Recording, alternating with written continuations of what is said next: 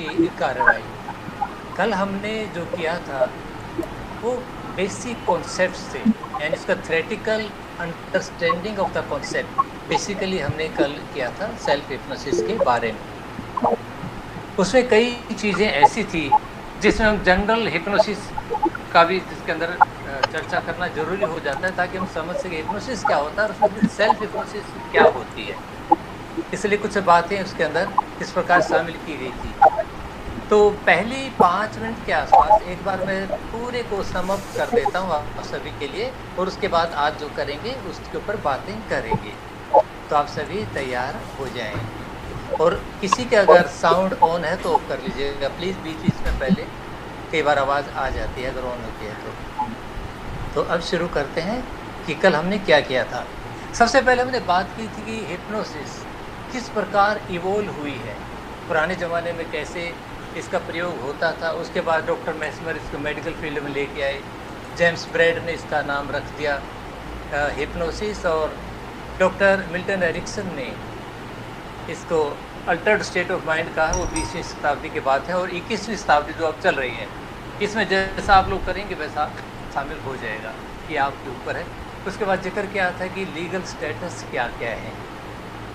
हमने शुरुआत की थी 1892 से, जब पहली बार इंग्लैंड में इसको स्वीकार किया गया था, और 2003 तक जब इंडिया में as a mode of therapy इसको रिकमेंड किया गया था, उन बातों का जिक्र किया था। उसके बाद हमने समझने की कोशिश की थी कि माइंड क्या है। माइंड के बेसिकली 2 लेवल की बात की थी, कॉन्शियस माइंड और सबकॉन्शियस माइंड, और बीच में उनका जो क्रिटिकल फिल्टर था उसको क्रिटिकल माइंड नाम दिया था। जैसे हम साइकोलॉजी में अनकॉन्शियस माइंड कहते हैं, तो वही समझ लीजिए हम सबकॉन्शियस माइंड की बात यहाँ पे कर रहे थे। कॉन्शियस माइंड को हमने बताते कि छोटा होता है, इसकी कैपेसिटी कम होती है, और जो सबकॉन्शियस माइंड होता है इसकी कैपेसिटी काफ़ी इनॉर्मस होती है, काफ़ी बड़ी होती है, और उससे हम बहुत कुछ चीज़ें कर सकते हैं। हमारी हैबिट्स, हमारी इमोशंस, हमारी मेमोरीज उसी के अंदर दर्ज रहती हैं। इन बातों में जिक्र किया था। उसके बाद हमने कोशिश किया था समझने की कि माइंड के कैरेक्टरिस्टिक्स क्या क्या होते हैं। जैसे माइंड इमेजिनेशन को अपनी भाषा मानता है और इमेजिनेशन को रियलिटी मानता है, यानी रियलिटी और इमेजिनेशन दोनों को रियलिटी समझता है।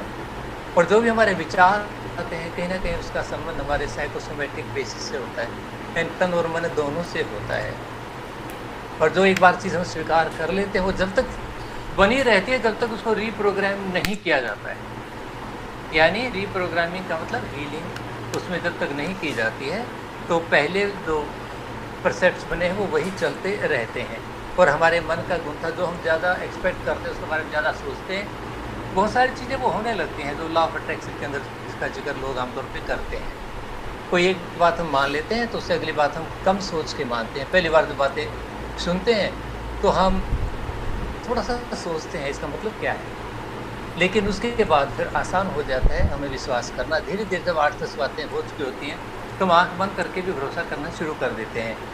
हमारे तन और मन एक दूसरे से ऐसे जुड़े हैं कि मन जो मान लेता है तन वो प्रोड्यूस कर देता है, और तन जो करता है माइंड उसको मान लेता है, यानी दोनों का संबंध एक दूसरे के साथ पॉजिटिव कोरिलेशन के आधार पे है।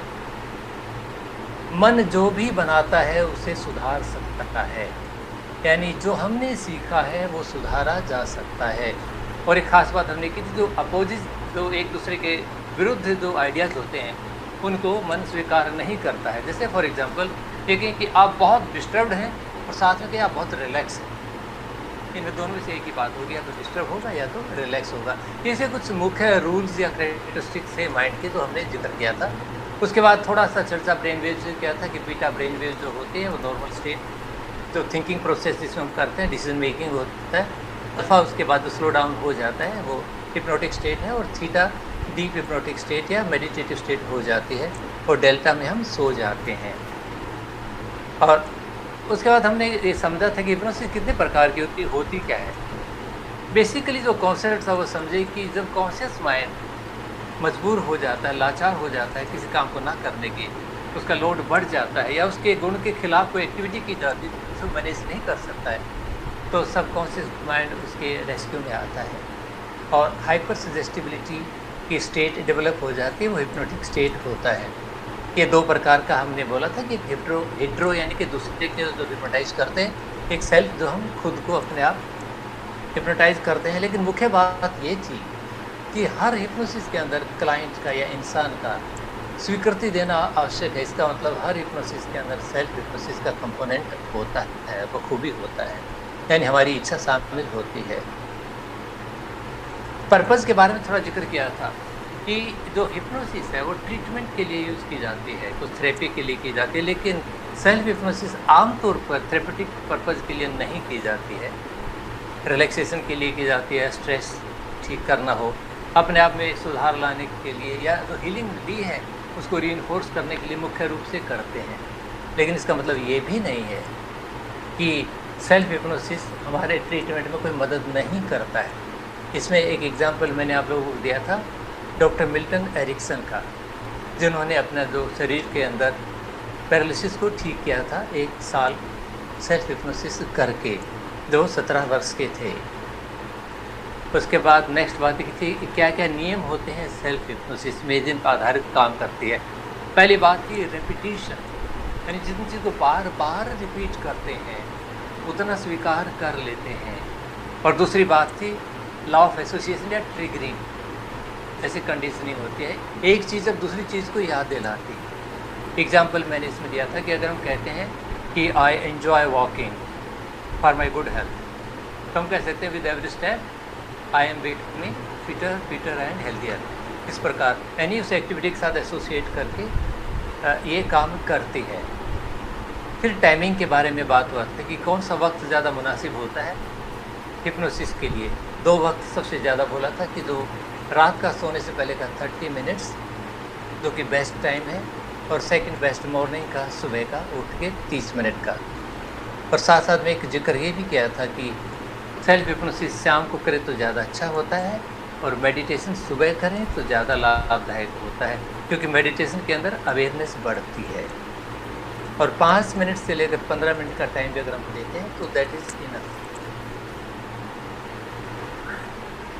कुछ रिक्वायरमेंट की बात थी, जो मुख्य बात थी कि हमारा जो सेल्फ हिप्नोसिस करने का अगर उद्देश्य है तो हमारा एटीट्यूड उसके लिए पॉजिटिव होना चाहिए, यानी हिप्नोटिक एटीट्यूड होना चाहिए, और हमें ये आना चाहिए कि रिलैक्स कैसे होते हैं।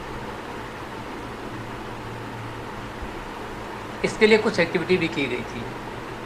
हमने एक रिलैक्सेशन एक्सरसाइज किया था, और ये समझाने के लिए कि रिलैक्सेशन होता क्या है उसके लिए भी एक एक्सरसाइज की थी, जिसमें बाद में इसका जो कंक्लूजन था वो ये था कि जब हम शरीर को ढीला छोड़ देते हैं, जब कंट्रोल छोड़ देते हैं, तो हम अपने आप रिलैक्स हो जाते हैं। और लास्ट में कल बातें की थी कि बेसिक टेक्निक जो ट्रेडिशनली चली आ रही हैं उनमें मंत्र, त्राटक और इमोशन रेजिंग की बातें की थी। ये कल मुख्य रूप से हमने कुछ बातें की थी। तो जो आज का जो काम है, जैसे मैंने बताया था कि आज थोड़ा सा इसे अपर लेवल पे जाएंगे, और उसके लिए हम पहले ये देखें कि हम क्या क्या काम करने वाले हैं आज। एक तो एक्सरसाइज करेंगे जो मैं यहाँ पर गाइड करूँगा, आपने सिर्फ फील करना है। हिप्नो मेडिटेटिव टेक्निक को ये एक सुरक्षा चक्र है, प्रोटेक्टिव शील्ड कहते हैं, वो कैसे बनाएं, माइंड को प्रोग्राम किस प्रकार किया जाता है, और स्विच वर्ड टेक्निक की बात की थी हमने, उसके बारे में भी बात करेंगे। एक्चुअली वो एक्सरसाइज करेंगे हम। और बेटी एरिक्सन ने जो टेक्निक दिया था सेल्फ हिप्नोसिस का और इंडक्शन का, वो भी काफ़ी यूज़फुल है, उसके बारे में बातें करेंगे। और आखिर में क्या क्या सावधानियां रखना चाहिए, और अब आप आगे क्या क्या करेंगे, ये बातें आज हमने करनी है। तो उसके लिए तैयार हो जाएं। सबसे पहले क्यों न हम एक हिप्नो मेडिटेटिव एक्सरसाइज कर लें, यानी पहले एक ऐसे एक्सरसाइज करें जिससे हमारा मन भी रिलैक्स हो जाए और एक टेक्निक भी आ जाए। तो उसके लिए आप आराम से बैठकर आंखें बंद कर लीजिए, अपनी आंखें बंद कर लें।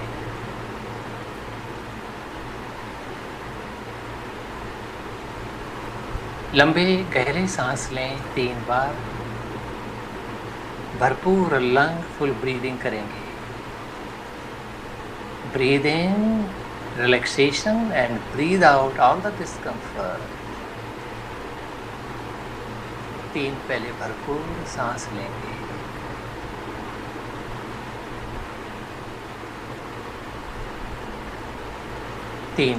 भरपूर सांस लेने के बाद आराम से सांस लेंगे। Normally the way we breathe, जो भी सांस लेने की हमारी प्रक्रिया है उसी प्रक्रिया से, अगर सांस धीमा चलता है तो धीमा चलने दें, तेज है तो तेज चलने दें, गहरा है तो गहरा चलने दें, उथला है तो उथला रहने दें। यानी जैसे सांस चलता है, सांस के साथ साथ अपना ध्यान शरीर के अंदर और बाहर लेकर आए। आप पाएंगे हर सांस के साथ आपका शरीर और ज़्यादा विश्राम में जाता जा रहा है। सारा कष्ट, थकान, discomfort, disorder, disease, whatever negativity is there, it is going out every time when you breathe out.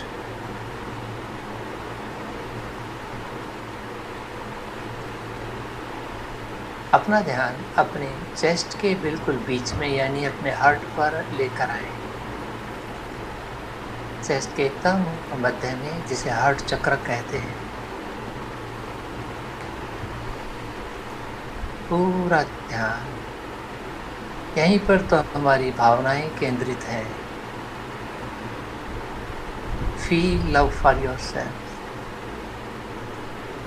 And go deep in heart चक्र। अपने मन के गहराई में चले जाएं और गहराई में कल्पना करें वहां पर कोई ज्योति चल रही है, कोई ज्योति।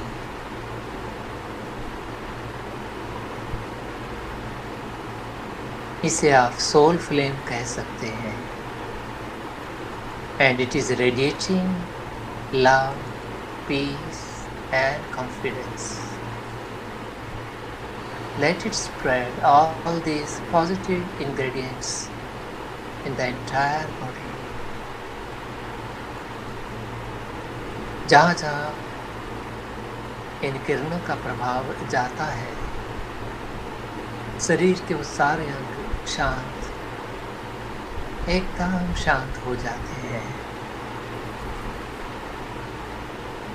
आप जानते हैं शांत वही होता है जो शक्तिशाली होता है। Every time you relax, you become more powerful. Very soon you will find it is reaching in the entire physical system of your body, spreading now in the entire chest area, charging and relaxing all the muscles and organs in the chest area, and it is going beyond in all directions, down towards the stomach, pelvic region and legs, up towards the shoulders, head, face and brain.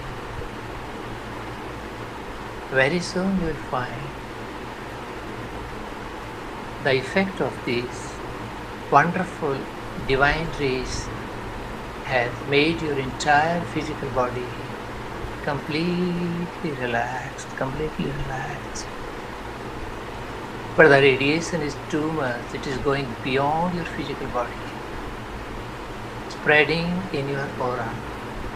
आपके energy field के अंदर आपके चारों तरफ फैलती हुई ऊर्जा को महसूस करें। जब ये ऊर्जा फैलती है तो आपका ऑरा यानी आपका एनर्जी फील्ड बढ़ता चला जाता है। इसे बढ़ने दें, चारों तरफ बढ़ते दें। आप पाएंगे कि ये आपके पूरे शहर के अंदर मानो आपका ऑरा फैल गया है। And it is going beyond the city you are living. and spreading in the entire country. पूरे मुल्क में मानो ये फैलता जा रहा है, अपने देश की सरहदों तक और उससे भी बाहर आसपास के सभी देशों में. And very soon you'll find it covers entire Mother Earth.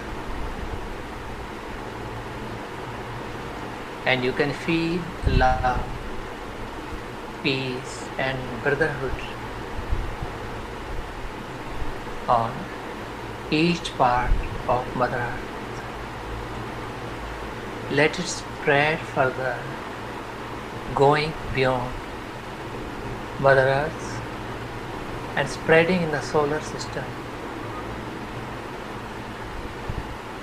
spreading in the entire solar system, spreading your love, spreading peace, spreading harmony in the entire solar system, still expanding in the galaxy and reaching everywhere in the galaxy we are in.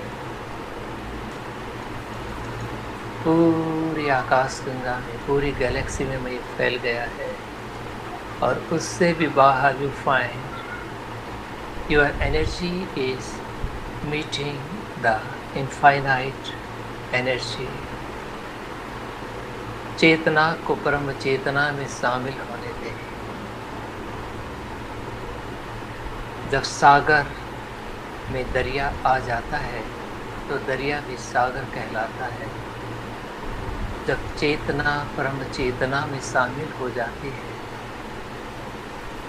तो वो परम चेतना ब्रह्मांड infinite God उस शक्ति को प्राप्त होता है.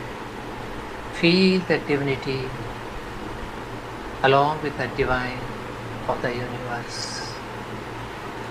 and spread message of peace, love, cooperation in the entire universe. Be ambassador of peace and love. Find yourself connected everywhere with each item of the universe.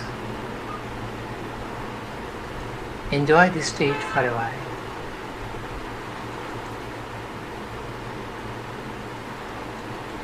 And let the effect of these important vibes continue in the universe. You start integrating your energy, retraining your energies from the universe to the galaxy.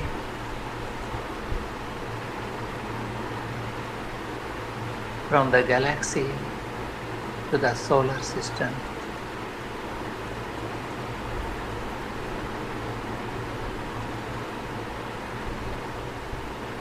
From solar system to Mother Earth.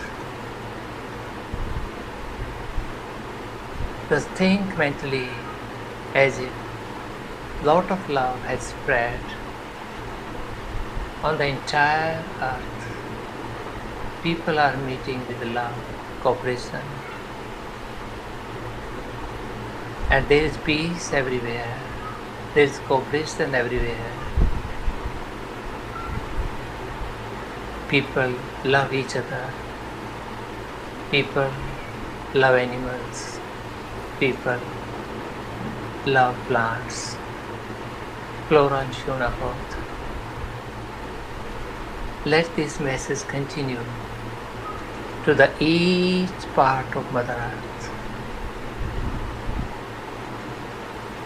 and continue integrating your energy,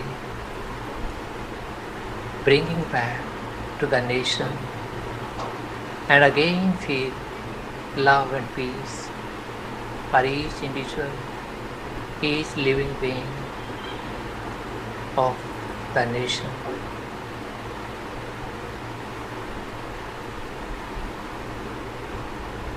continue retraining your energies and leaving the effect in the entire nation. It will continue, and you can feel your aura is now confined to your city. Again you can feel love, peace, harmony in your city, and it continues. Let the energy assimilate with your body. You can feel your aura now. Experience that peace. Experience the radiation of peace, love and brotherhood. Let the entire humanity, let the entire creations enjoy peace, love, cooperation. You can think of the people meeting with love, helping each other.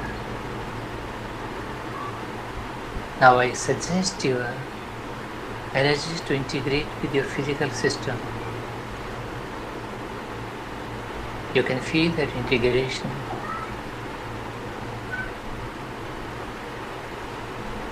I'll count 1, 2 and 3. With the count of 3, you can open your eyes. In fact, you can do this counting yourself when you are doing it for you.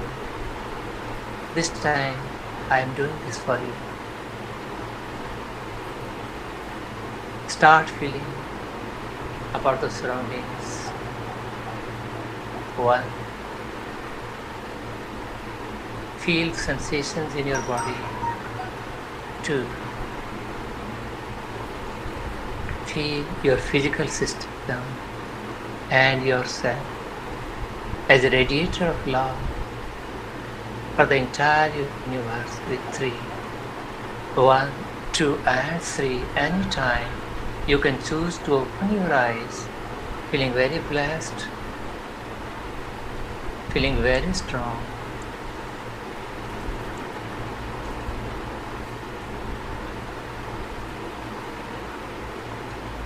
Wonderful.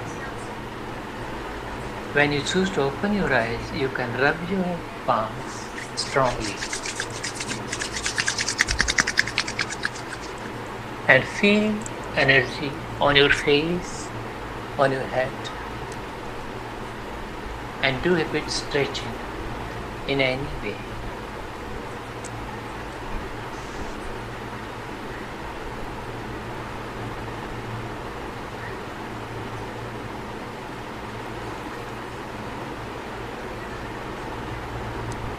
Good.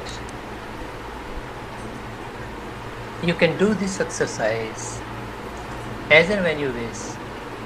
It gives lot of connectivity with the universe. You feel your presence everywhere. When you are giving message, we believe that wherever you focus, energy reaches there only. When you focus on the peace, you become promoter of the peace. Okay, this is a sort of meditative exercise. You can add your suggestion with this to have effect on yourself, on your behavior and your dealings with the people. Good. Wonderful. Now we'll move further. We have named this as hypno-meditative exercise. It is sort of meditation also, and when you are doing some healing, it becomes hypnosis as well.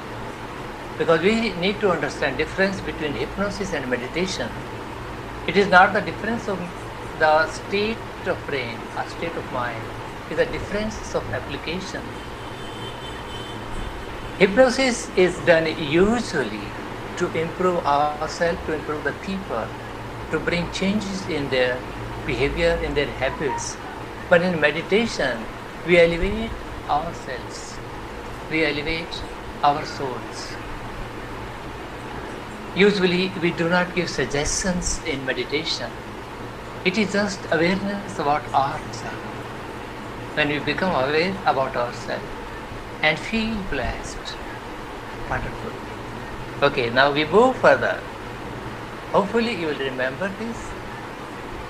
And as I told you yesterday, we are trying to record all these things so that we can share all these things with you on YouTube.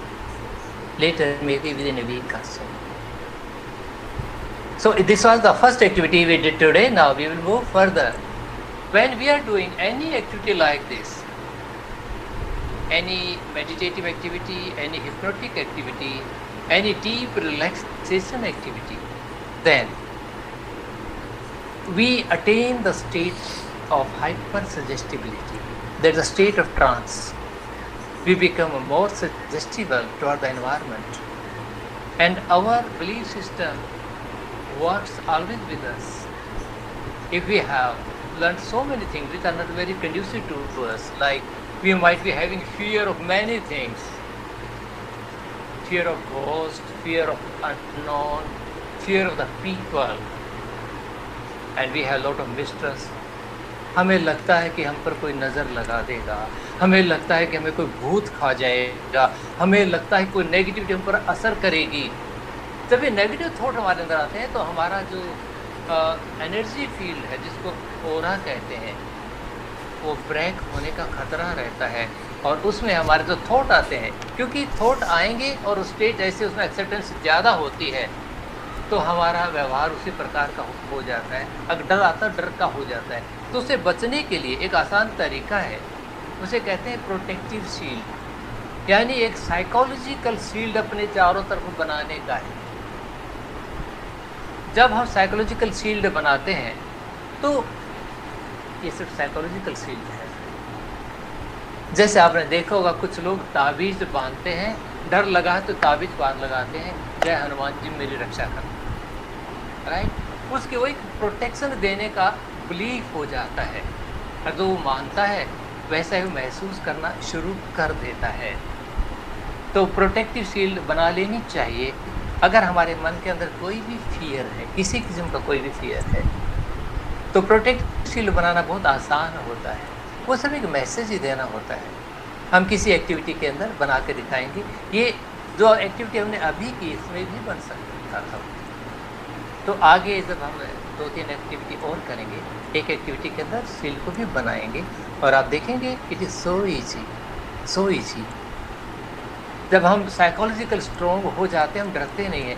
आप अपने अनुभव से देखिएगा, जैसे तो शमशान घाट होता है, वहाँ पे शहरों की बात करता हूँ, वहाँ पे एक लिमिटेड सी स्पेस होती है और वो कुछ लोग वहाँ पे रहते हैं, 2-4 लोग जो उसको मैनेज करते हैं.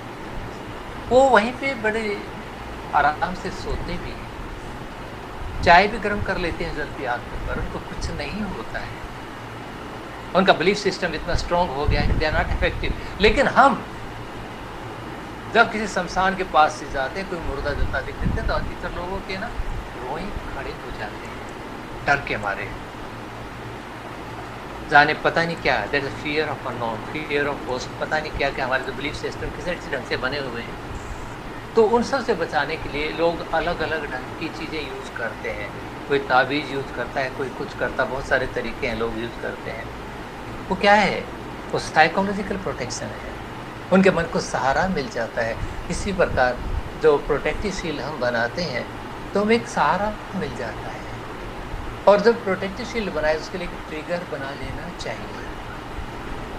उस ट्रिगर का हमें यूज़ करना चाहिए. आगे हम किसी एक एक्सरसाइज के अंदर तो वो प्रोटेक्टिव शील्ड बनाएंगे और उसको किस प्रकार हमने दोबारा रीएक्टिवेट करना है वो तरीका भी उसके अंदर आएगा. लेकिन इसके लिए एक्सरसाइज करेंगे आगे, क्योंकि हमने 2-3 एक्सरसाइज आज और करनी है और उनके आधार पर हम आगे बढ़ेंगे. तो जो हमने अभी थोड़ी देर पहले जो एक्सरसाइज की थी, जो हिप्नो मेडिटेटिव एक्सरसाइज थी, that is to bring peace, confidence and comfort within ourselves. अपने अंदर एक शांति, अपने अंदर एक कॉन्फिडेंस महसूस करने के लिए, feel connected with the universe, क्योंकि हम यूनिवर्स का हिस्सा हैं और हिस्से में वही गुण होते हैं जो कंप्लीट में होते हैं. इसलिए तो हमारी किसी एक सेल का डीएनए हमारे पूरी बॉडी के बारे में इंफॉर्मेशन दे देता है। ये मान लीजिए हम भी एक यूनिवर्स की डीएनए सेल की तरह ही हैं। हमारे अंदर भी वो सारी चीज़ें जो यूनिवर्स के अंदर होती हैं। यथा पिंडे तथा ब्रह्मांडे कहा जाता है ना, जो शरीर में है वही तो बाहर है। बाहर तो सिर्फ मैनिफेस्टेशन है। The universe lies with in yourself. Okay, तो आगे चलते हैं। प्रोटेक्शन शील्ड के बारे में हम बात थोड़ा बीच में एक बार और करेंगे। This was only to bring to your knowledge that we can create this sort of psychological protection while doing any such translated activity. कोई भी जब करते हैं तो बना लेते हैं। खास तौर पे जो लोग ज़्यादा डरते हैं उनके लिए और ज़्यादा अच्छा होता है, फिर डर ख़त्म हो जाता है। जैसे बच्चा माँ की उंगली पकड़े है तो शेर से भी नहीं डरेगा, अगर अकेला जा रहा तो बिल्ली से भी डर जाता है। बस वही है, ये माँ की उंगली है, ये जो प्रोटेक्शन शील्ड हम अपने लिए बनाते हैं। हम करते क्यों हैं सेल्फ हिप्नोसिस? मेन चीज़ ये है, क्यों करना है हमने? क्योंकि हम अपने माइंड को रीप्रोग्राम करना चाहते हैं। अभी माइंड का एक गुण हमने सवेरे रिवाइज किया था, तो कल उसकी चर्चा की थी कि माइंड जो चीज़ें पकड़ लेता है वो जब तक नहीं छोड़ता, जब तक वो रीप्रोग्राम नहीं होते हैं। यानी जो सीखा है उसको सुधारने की आवश्यकता होती है। तो वो करने के लिए हमें रीप्रोग्राम करना पड़ता है। रीप्रोग्राम में बहुत मामूली सी चीज़ें होती हैं, लेकिन उनको थोड़ा सा समझना ज़रूरी होता है। फिलहाल मैं कहूँगा सर 3 चीज़ें ही हैं, उनको फिर एक एक करके जिक्र करेंगे। पहली चीज़ है, जो माइंड में हम प्रोग्राम करना चाहते हैं उसका सजेशन, यानी वो बात बताएं तुम चाहते क्या हैं। अपने माइंड को बोलकर या मन ही मन उसको दोहराकर बताएं। दोहराएं तो कई बार दोहराएं, क्योंकि repetition is always loved by subconscious mind. यानी कि पहला काम हो गया, सजेशन देना है अपने आप, यानी कि बताना, you have to tell yourself.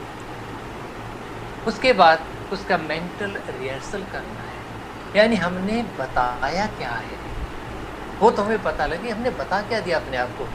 कुछ चीज़ें ऐसी होती हैं जो एक स्टेटमेंट टाइप होती हैं, अगर उसको हम डेमोस्ट्रेट करते हैं तो वो स्पेसिफिक बन जाती है, वो एक स्टेटमेंट नहीं रहती है। You are a rich man, ये क्या एक स्टेटमेंट है? हर आदमी के लिए अलग अलग है। अगर रिहर्सल करके दिखाएंगे कि रिच का मतलब क्या है, हेल्दी का मतलब क्या है, वाइज का मतलब क्या है, तो वो माइंड के लिए समझने क्या एक विषय बन जाता है। क्योंकि रिहर्सल के अंदर यू इमेजिन द थिंग्स, आप उसको इमेजिन करते हैं, यानी मन में उसका एक चित्रण करते हैं। वो चित्रण जरूरी नहीं कि वो एक विजुअलाइजेशन के रूप में हो, क्योंकि visualization means visual imagination only, और imagination is a broad concept, काफ़ी बड़ा कॉन्सेप्ट है जिसके अंदर आपकी सारी सेंसेस आ जाती हैं, और इसमें विजुअल सेंस भी एक होती है। रिहर्सल के बाद फिर आफ्टर इफेक्ट की बात करते हैं, यानी हमने ऐसा चाहा तो हमारे ऊपर इसका क्या प्रभाव पड़ेगा।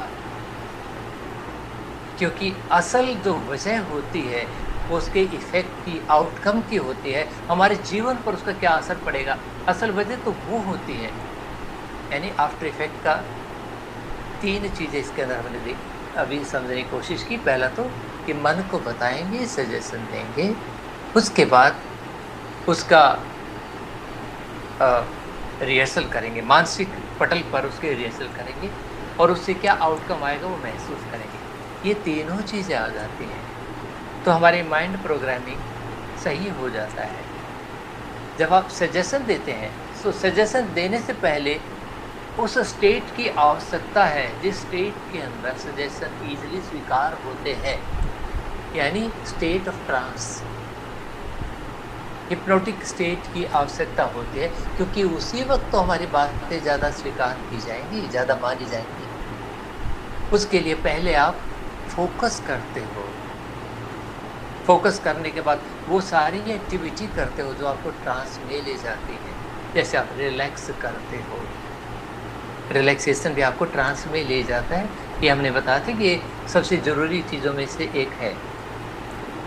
तो पहले ये समझेंगे, जब इतना करना है सजेशन बनाएं कैसे, dos and don'ts of suggestions.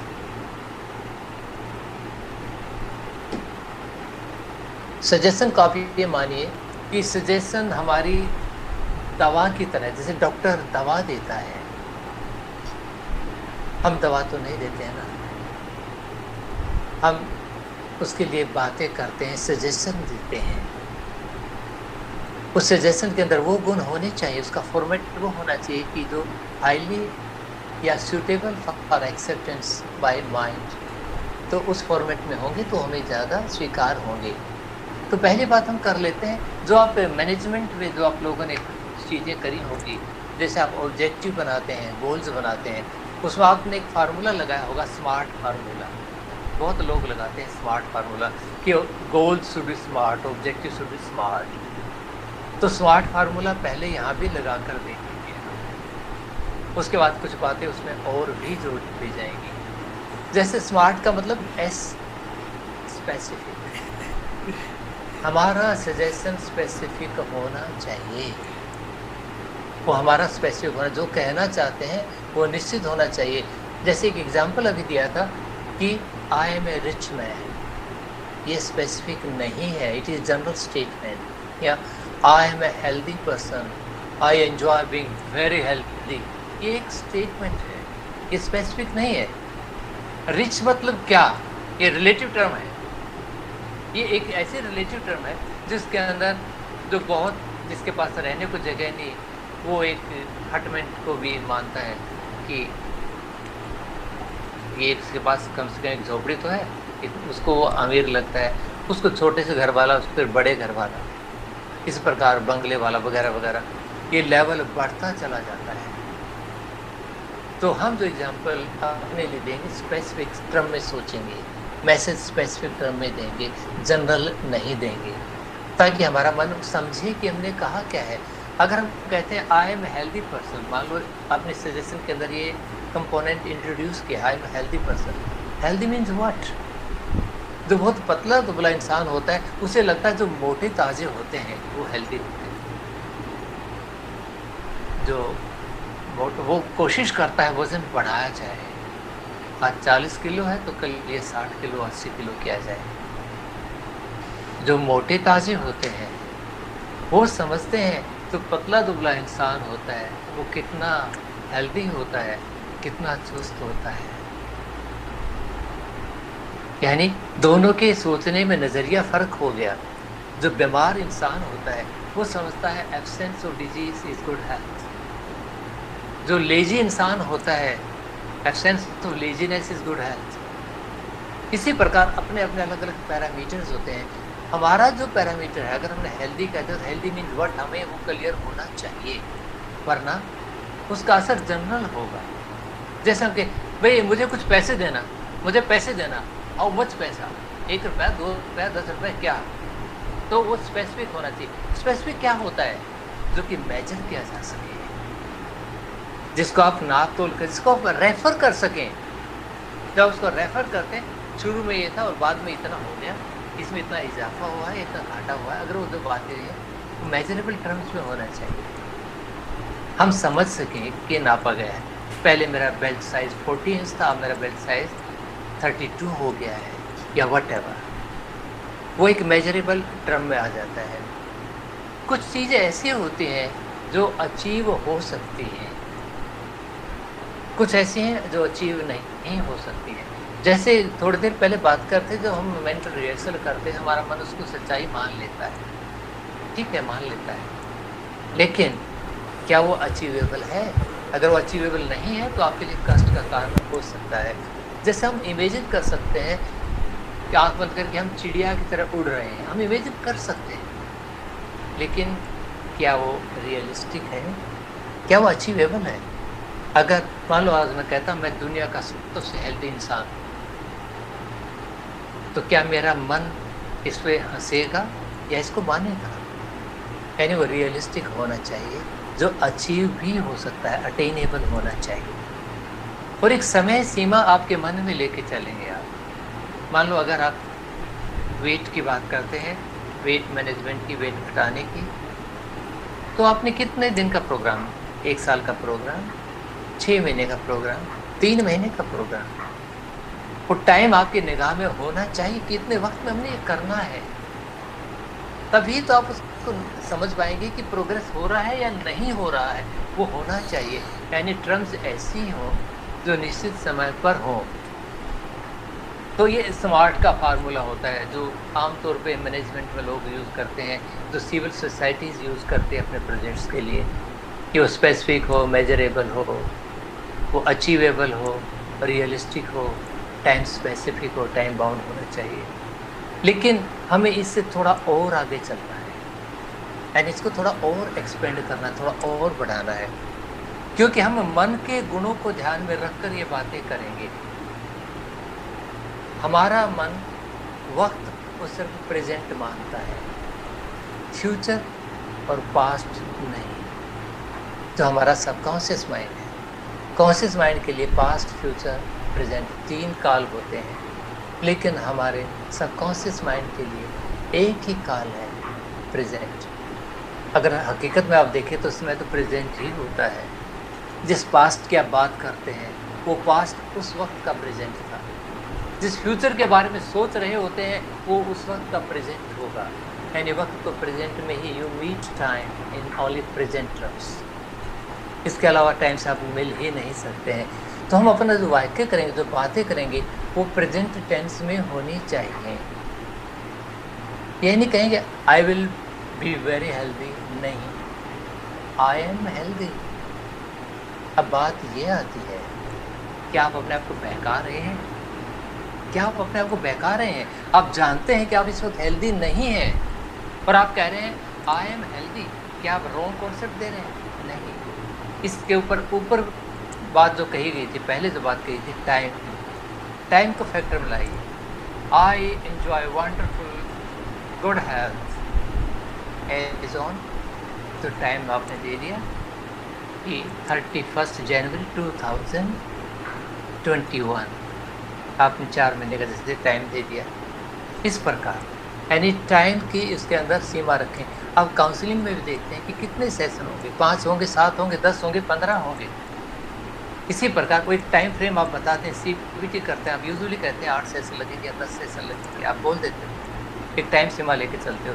इसी प्रकार वो टाइम का जो कॉन्सेप्ट है कि तक ये चीज़ चलनी चाहिए, वो हमने अपने सजेशन के साथ वो समझ जोड़ लेनी चाहिए, वो समझ जोड़ लेनी चाहिए। अगर वो वर्ड कहीं पे मिसिंग हो जाता है, वो समझ हमारे पास होनी चाहिए। वो यानी बोला जाएगा प्रेजेंट में ही, रेफरेंस चाहे फ्यूचर का हो, क्योंकि हीलिंग तो फ्यूचर में ही होती है। अब आगे बात करते हैं, बी पॉजिटिव। हमेशा कहते हैं कि पॉजिटिव बातें करिए। पॉजिटिव तो हर इंसान अलग अलग ढंग से देखता है। एक चोर चोरी करने जाता है, उसके लिए तो पॉजिटिव वही है ना, जो चोरी मिल जाए, घर पे कोई ना मिले। पॉजिटिव क्या होता है?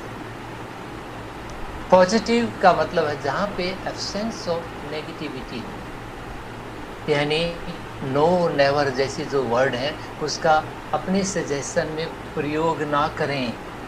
हम कई बार ये करते हैं प्रयोग, नो का प्रयोग करते हैं। बेटा टीवी मत देखो, आपने बता दिया नॉन डूइंग के, you focused on non doing, rather you should focus on the doing. अगर आप टीवी ना देखो तो क्या करें? बाहर खेलने मत जाओ, क्या करें? हमने डूइंग पे फोकस करना है।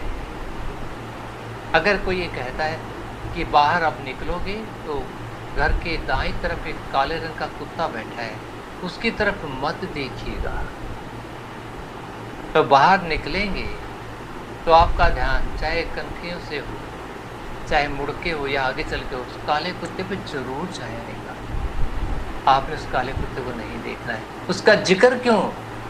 जो चीज़ चाहिए नहीं उसका जिक्र क्यों? अगर जिक्र करेंगे, अब इसका सबसे अच्छा एग्जाम्पल आपको देता मैं। रिलेशनशिप काउंसलिंग जब आप करते हो उसमें एक बहुत आराम से बात जाता है। मान लो एक कोई लड़का लड़की का अफेयर टूट जाता है, वो भी रोते हैं, या एक दूसरे के ऊपर वो इल्ज़ाम लगाते हैं, कहता मैं तुझे भूल जाऊंगा, वो भी उधर कहती मैं तुझे भूल जाऊंगी, हर रोज़ सुबह शाम मैं तुझे भूल जाऊँ, नाम ले के बोलते हैं मैं तुझे भूल जाऊंगी। 1 महीने बाद आपके पास आते हैं, मुझे नींद नहीं आती है, मैं बेचैन रहता हूँ, मुझे भूल नहीं पड़ रही है। अरे भाई, भूलने तो आप नहीं दे रहे हो, माइंड में जो आप रिपीट कर रहे हो that is being accepted. Repetition is welcomed by subconscious mind. जब उसको बार बार रिपीट कर रहे हैं, आप भूल नहीं रहे, आप उसको याद कर रहे हैं। जब आपको कोई पाठ याद नहीं होता है तो आप कहते हैं ना दोबारा पढ़ लो, दोबारा पढ़ लो, चौथी बार पढ़ो, पढ़ने के लिए बोलते हैं ना। इसी प्रकार जो नॉन डूइंग पे फोकस करते हैं तो वो एक्सेप्टेंस में कन्वर्ट हो जाता है। जो भूलने की चीज़ थी उसको आपने यादगार बना दिया है, यानी उसमें याददाश्त को जोड़ दे कि वो याद रहे। तो पॉजिटिव का मतलब यहाँ पे हुआ है focus on doing and do not focus on non doing. जो करना है वो बात कहें, जो नहीं करना है वो बात ना कहें। आप मोटे नहीं हो या मैं मोटा नहीं हूँ, आप ये भी कह सकते हैं कि मैं फिजिकली फिट हूँ। आपने वो जो मोटा याद दिला तो माइंड तो मोटा वर्ड को नहीं समझता, मोटे की पिक्चर देखता ना, 120 किलो का 150 किलो का आदमी देखता ना, वो आपको 60 70 80 किलो का नहीं दिखता है। तो हमने ये ध्यान रखना है कि हमेशा प्रेजेंट में बोलेंगे, पॉजिटिव लैंग्वेज का प्रयोग करेंगे। और इसमें एक इम्पोर्टेंट बात यह है, कोई भी बात जो हमारे एक्सपीरियंस से मैच करती हो, यानी जिसे हम पहले से ही समझते हो उसको और अच्छी तरह से समझते हैं। हमारे सजेशन में कोई ऐसी बात ना डालें जो हमारा मन समझ ना पाए। यहाँ पे आप याद करिए पेन प्लेजर थ्योरी की जो कल हमने बात की थी कि हमारा माइंड प्लेजर को पहचानता है, पेन को नहीं, यानी नॉन को पहचानता है, अननोन को नहीं पहचानता है। इसलिए जो हमारा एक्सपीरियंस हमेशा प्लेजर होता है, क्योंकि जो हम कर चुके हैं ना। प्लेजर का मतलब यहाँ पर जानकार से लें, आनंद से ना लें। तो जो एक्सपीरियंस हो चुका है, यानी वो चीज़ की जा चुकी है, उसका जो मेमोरी ट्रेसेस हैं, उसके जो न्यूरल पाथवेज हैं वो अवेलेबल हैं आपके, तो आपका मन उसको पहचान जाएगा, सबकॉन्शियस माइंड पहचान जाएगा। इसलिए आपके सजेशन के अंदर कोई ऐसी बात ना हो जो आपका सबकॉन्शियस माइंड से रिलेट ना कर पाए। और साथ में इमोशनल वर्ड का प्रयोग करें। इमोशंस के बारे में कल भी जैसे काफ़ी सारी चर्चाएं हुई थी। इमोशंस जहाँ होती है वहाँ अपनापन होता है, वहाँ स्वीकारता होती है, उसको हम स्वीकार कर लेते हैं जहाँ इमोशंस होती है। कुछ वर्ड होते हैं जिनका इमोशनल इफेक्ट होता है, जैसे good, very good, excellent, enjoy, wonderful. ये जो वर्ड हैं इस प्रकार के, these are all emotional words. अपने सजेशन में कोई एक इमोशनल वर्ड भी यूज़ कर लें, I enjoy wonderfully fit body, मान लो फॉर एग्जाम्पल। तो एंजॉय वर्ड आपने जोड़ा। जहाँ पर इमोशनल वर्ड यूज किए जाते हैं आपको मोटिवेशन को बूस्ट करने के लिए, वहाँ पर वो जल्दी से स्वीकार कर लिए जाते हैं। हमारा माइंड जो चीज़ अप्रिशिएट की जाती है उसको रिपीट करता है। ये हमारे मन का गुण होता है। जिस चीज़ के लिए हमें तारीफ़ की जाए उसको रिपीट किया जाता है। जैसे आपने काउंसलिंग में पढ़ा होगा, जिस चीज़ को भुलाना होता है उसका जिक्र ख़त्म कर देते हैं। जो एक्सटिंक्ट करने का जो फार्मूला होता है, यानी उस पर आप रिस्पॉन्स करना बंद कर देते हैं। तो वही बात यहाँ पे ध्यान में रखनी है कि इमोशनल वर्ड्स का यूज़ करना है। और इसमें एक बात अभी मैं और जोड़ देता हूँ, हमारा ध्यान रिजल्ट पे होना चाहिए, कारण पर नहीं। यहाँ पे थोड़ा सा जो मिसमैच होता है वो मेडिकल फील्ड और साइकोलॉजी फील्ड का थोड़ा सा मिसमैच है यहाँ पे। जो मेडिकल फील्ड है that focus on the reasons more, और जो साइकोलॉजिकल फील्ड है they focus on the result more. यानी रिजल्ट पर हमारा फोकस होना चाहिए, ना कि कारण पर। इसकी वजह भी हम समझ लेते हैं ऐसा क्यों होता है। जब कारण पर फोकस करते हैं तो वी आर रिमाइंडिंग कारण, रीजन को रिमाइंड कराया जा रहा है। जो रिमाइंड हो रहा है तो माइंड में वो रिपीट हो रहा है, रिपीट हो रहा है तो वो स्वीकार हो रहा है, और रीजन को तो हमने हटाना है ना, उसको रिप्लेस करना है। तो वहाँ पे हम फोकस ऑन रिजल्ट, उसके रिजल्ट पर फोकस करते हैं। इसका एक एग्जाम्पल देता हूँ, बहुत ही बढ़िया एग्जाम्पल हमारे देश में, हिंदुस्तान के अंदर दिया जाता है। सत्यवान और सावित्री की जो कथा सुनाई जाती है, उस कथा के अंदर सत्यवान को यमराज जब लेने आते हैं तो सावित्री कहती है मैं पतिव्रता नारी हूँ, अब मेरे पति को नहीं ले जा सकते। वो कहते हैं इनकी डेथ छोड़कर आप कुछ भी मांग लीजिए। मैंने कहा ठीक है, मैं इनके बच्चों की माँ हूँ। उन्होंने मांग लिया, क्या मांगा? रिजल्ट। उसके लिए जाहिर है कि उनका जिंदा रहना जरूरी है। तो हम हमेशा फोकस रिजल्ट पे करते हैं। जैसे कुछ देर पहले मैं कह रहा था कि आउटकम, प्रोग्रामिंग में आउटकम इम्पोर्टेंट होता है। आउटकम क्या है? रिजल्ट जो है। कोई कहता है कि एग्जाम्पल है कि मुझे स्टेज फोबिया है, लोगों के सामने बोलने में बड़ी हेजिटेशन होती है, डर लगता है, कांपने लग जाता हूँ, मैं इससे बाहर आना चाहता हूँ। यानी आप चाहते क्या हैं? कि मैं शान से, इस डर से अलग होकर बोल सकूं। तो आपका अगला सवाल उस पर आमतौर पर होता है, आप ऐसा क्यों चाहते हैं? आपके जीवन में क्या फ़र्क आएगा इससे? वो कह सकते हैं कि मेरा कॉन्फिडेंस बढ़ेगा, लोगों में अपने आप को प्रेजेंट कर पाऊंगा, लोगों से इंटरेक्ट कर पाऊंगा, मैं अपनी मार्केटेबिलिटी को बढ़ाऊंगा। इस प्रकार बहुत सारी चीज़ें, वो क्या है? इफेक्ट। तो हम हमेशा सजेशन जब भी बनाते हैं तो ये कुछ इम्पोर्टेंट चीज़ें हैं, इनके ऊपर हमें ध्यान देना है। एक बार फिर मैं इनको समअप कर देता हूँ। वो स्पेसिफिक होना चाहिए, जो मेजरेबल हो, रियलिस्टिक हो, अटेनेबल हो, टाइम स्पेसिफिक हो, प्रेजेंट टेंस में होना चाहिए, पॉजिटिव लैंग्वेज का यूज़ करते हुए, हमारे नॉन एक्सपीरियंस में कहना कि आना चाहिए, इमोशनल वर्ड यूज़ करते हुए रिजल्ट पर फोकस करना है। इन सब का जितने वर्ड मैंने बोले, इनका अगर फर्स्ट लेटर ले लेते हैं, सबका एक एक पहला लेटर ले लेते हैं तो एक वर्ड बन जाता है। वो वर्ड आप लिख सकते हैं याद रखने के लिए, MRP। MRP होता है ना, जो कीमत पे लिखा होता है चीज़ों की। MRP repeats, REPEATS।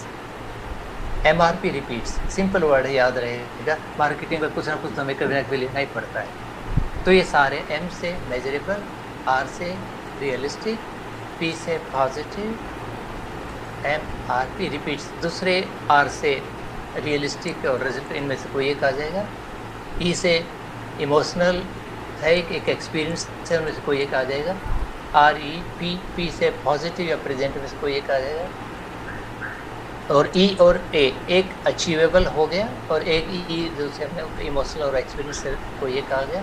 T से टाइम स्पेसिफिक हो गया। या दूसरा वर्ड एक और भी बना सकते हैं, जो हमने इसके लिए याद करने के लिए बनाना है। पहले स्मार्ट ही रखते हैं, SMAR, स्मार्ट। उसके बाद पीयर, PPEER, स्मार्ट पीयर, जो डबल पी कर, तो भी आपको ये वर्ड कभी आप भूलते नहीं, हमेशा याद रहेगा। सजेशन हमारी जान है। सजेशन हमेशा डिसाइड करता है the way the change will take place in the behaviour of the person. तो हमने सजेशन बनाते हो, चाहे हम अपने लिए बनाएं या किसी और के लिए बनाएं, इन बातों का ध्यान रखेंगे और वो हमारे लिए ज़्यादा हितकर होगा। यही हमारी मेडिसिन है। गुड। तो हमने सजेशन बनाने के बाद, कि उसके बाद दूसरी चीज़ थी उसके अंदर एक्सपीरियंस, यानी कि मेंटल रिहर्सल। रिहर्सल का मतलब है उसी चीज़ को करना। फिजिकल रिहर्सल होती है फील्ड में करना, मेंटल रिहर्सल होती है मन में उसको करना। जब आप मन में रिहर्सल करते हैं तो उसकी जो इमेजिनेशन बनाते हैं उसको नियर टू द रियलिटी बनाना है।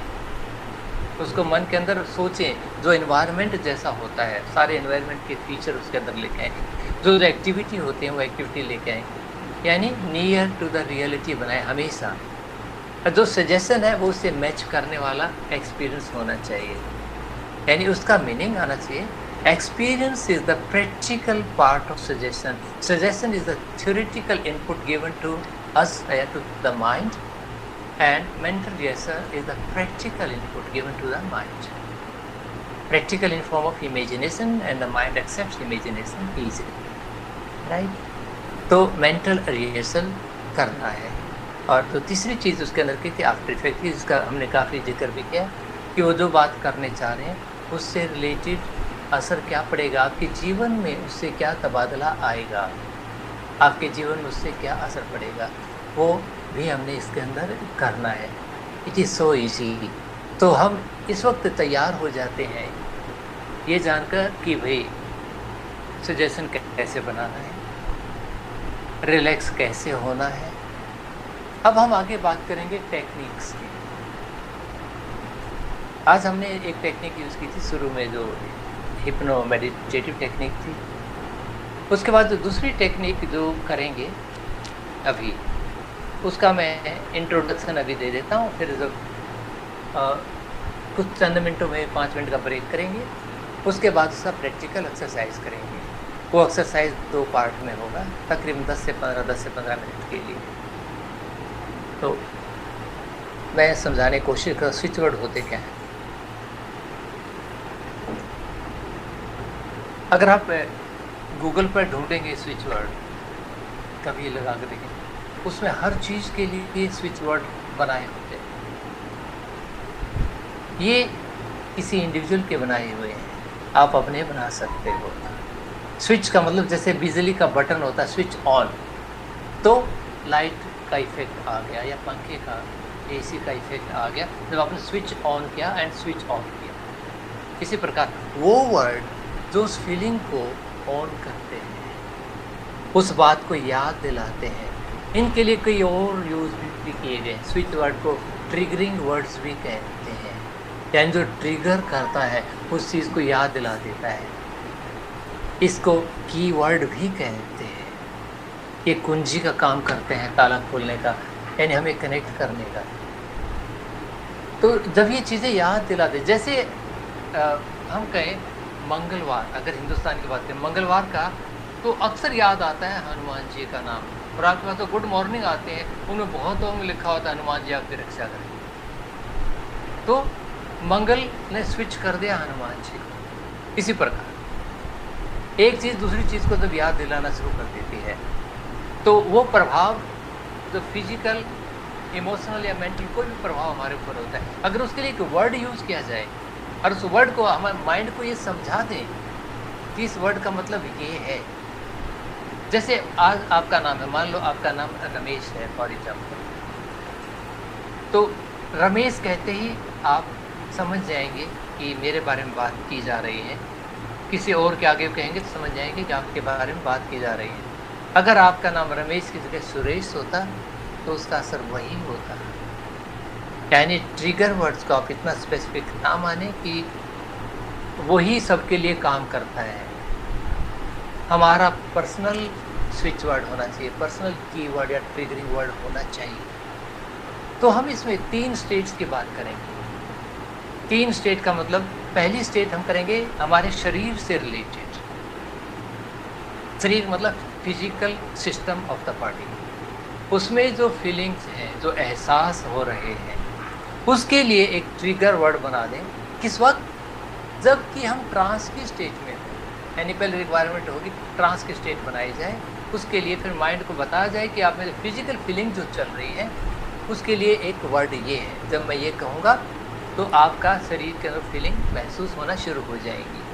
इसी प्रकार जो दूसरी चीज़ इम्पोर्टेंट है, हमारी भावनाएं होती हैं, इमोशनल फीलिंग होती हैं, क्योंकि इमोशंस तो हमें बांधती है ना, इमोशंस तो हमें जोड़ती हैं। तो इमोशनल फीलिंग जो भी माइंड में चले, जैसे एंजॉयमेंट होता है, प्लेजर होता है, सक्सेस होता है, ये सारे इमोशनल वर्ड होते हैं। ऐसा कोई एक वर्ड इमोशनल फीलिंग्स के लिए भी बनाएंगे और हम अपने मन को समझाएंगे कि इस वर्ड का मतलब है कि वो इमोशंस जो मुझे इस वक्त ट्रांस की स्टेट में हो रही है, इसका मतलब वही है। और तीसरा वर्ड बनाएंगे मेंटल फीलिंग के लिए, मानसिक स्थिति के लिए। तो इसका मतलब ये हो कि पहले हम एक स्टेट क्रिएट करेंगे, उस स्टेट के अंदर ये जो 3 वर्ड्स हैं, उन वर्ड्स को फीलिंग्स के साथ जोड़ा जाएगा। यानी you are educating your mind to identify and accept the keywords, the switch word for particular states, physical, emotional or mental state you are going through during the state of trance. ये हमारा पहली exercise होगी जो हम करेंगे। तो पहली exercise करने के बाद हमारे मन को हमने बता दिया है कि इनका मतलब ये होता है, इन वर्ड्स का मतलब। फिर दूसरी एक्सरसाइज करेंगे कि उनको प्रयोग कैसे करना है, हाउ टू यूज दो स्विच वर्ड्स। ये दो एक्सरसाइज हम करेंगे तुरंत अभी 5-7 मिनट के बाद ही।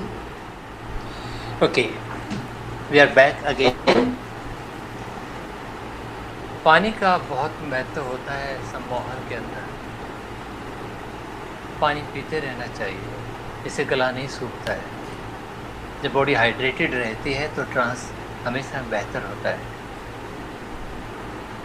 अभी 3 प्रकार के स्विच वर्ड्स की बात की थी हमने, यानी इसमें हम 3 स्टेप की बात करिए। पहला स्टेप एक ट्रांस की स्टेट क्रिएट करना है। दूसरा आइडेंटिफिकेशन ऑफ कीवर्ड्स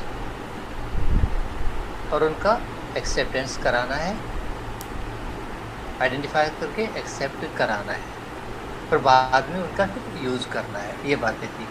तो पहले हम आइडेंटिफाई कर लेते हैं कुछ, इस बार कॉमन कुछ वर्ड बनाते हैं। 3 स्टेट, फिजिकल फीलिंग्स यानी कि फिजिकल स्टेट, इमोशनल फीलिंग यानी कि emotional state, and mental feeling mental state. Physical यानी कि हमारे शरीर से जुड़ी हुई बातें, क्या हम रिलैक्स हैं, क्या हम कंफर्टेबल हैं। तो आमतौर पर रिलैक्स वर्ड काफ़ी प्रभावशाली होता है। तो फिजिकल फीलिंग्स का इस वक्त हम सबका एक कॉमन कीवर्ड बनाते हैं, स्विच वर्ड बनाते हैं, रिलैक्सेशन। यानी जो फिजिकल फीलिंग हमारे ट्रांस की स्टेट के अंदर आएंगी उनका नाम दिया जाएगा रिलैक्सेशन। ये आप याद रखेंगे क्योंकि आपको बाद में भी इसका प्रयोग करना है। उसके बाद जो दूसरा है इमोशनल स्टेट यानी इमोशनल फीलिंग्स, भावनाओं की बात करते हैं। एंजॉयमेंट हो सकता है, खुशी, जैसे हैप्पीनेस है। इस प्रकार की जो वर्ड है, कोई मान लो इमोशनल फीलिंग के अंदर आप कोई वर्ड लगा लेते हैं, हैप्पी लगा लो, ईजी रहेगा। आप इसके अलावा कोई अलग वर्ड सोचना चाहते हैं, अपना वर्ड सोच सकते हैं, लेकिन मैं वर्ड हैप्पी वर्ड का ही करूँगा, या जॉय का कर देता हूँ। जॉय खुशी होती है, जॉय का कर लेते हैं, तो जॉय वर्ड यूज़ करूँगा। आप अगर चाहें उसकी जगह दूसरा वर्ड सोच सकते हैं, आपकी लिबर्टी है, लेकिन जो सोचें जैसे मैं को उसका प्रयोग वैसे ही करना है। और तीसरा कीवर्ड जिसकी हम बात कर रहे थे वो था मेंटल फीलिंग का, मेंटल स्टेट का। मेंटल स्टेट का मतलब हम दिमाग की कॉग्निशन की बात कर रहे हैं यहाँ पर। हम नहीं चाहते कि हमारी बुद्धि, हमारा दिमाग वहाँ पे डिस्टर्ब करे, क्योंकि ये भी एक नियम है कि जितना कॉन्शियस माइंड एक्टिवेट होता है सब कॉन्शियस माइंड विड्रा करता है। हम चाहेंगे कि हमारा जो मेंटल फीलिंग्स है उसके लिए ऐसा वर्ड हो कि शांति का, जैसे कि डीप स्लीप, आप विश्राम कीजिए। तो 3 कीवर्ड बनाए।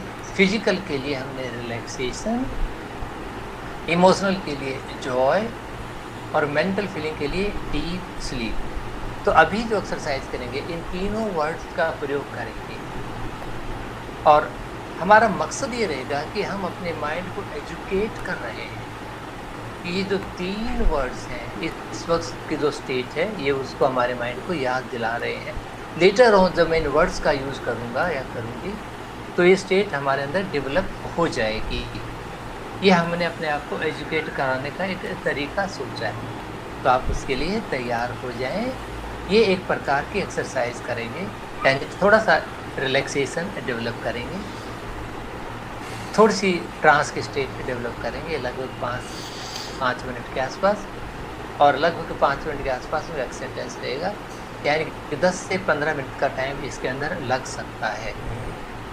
इसलिए आप बड़े आराम से बैठ जाएं, सहारा लेकर बैठें, ताकि आप रिलैक्स महसूस करें, कॉन्शियस ना रहें। अपनी आंखें बंद करें।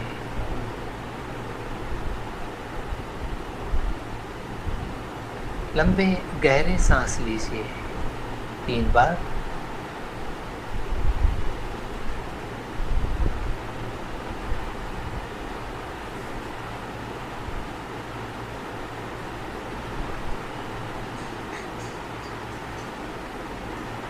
तीन लंबे और गहरे सांस लेने के बाद आराम से सांस लीजिए, बहुत आराम से सांस लीजिए।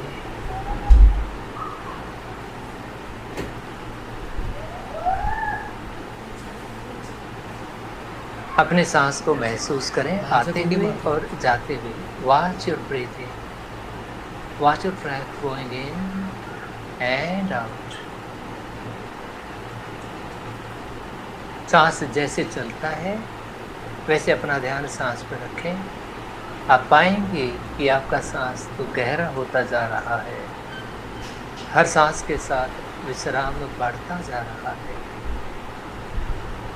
Inhale positive energy and relaxation. Exhale all the negativities and discomfort. With every breath, continue becoming more and more relaxed, more and more relaxed.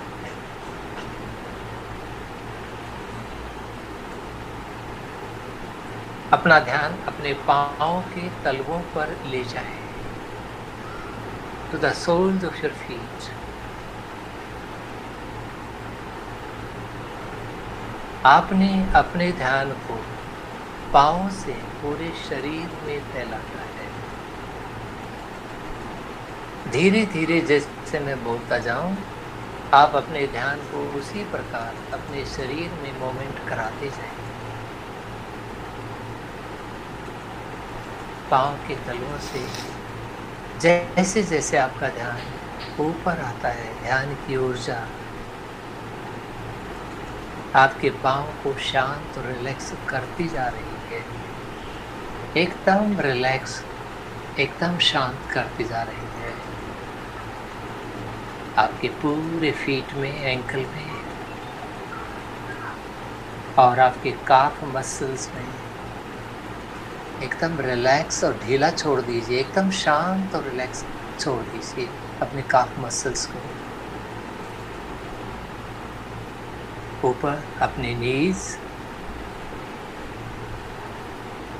feel that power and relaxation in your knees, and you can imagine the energy moving out slowly, slowly in your thigh muscles.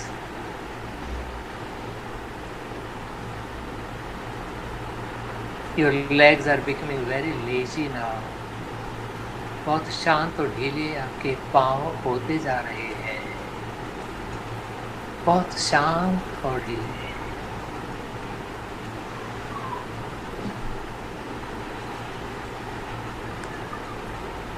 Now it is reaching up to the leg joints.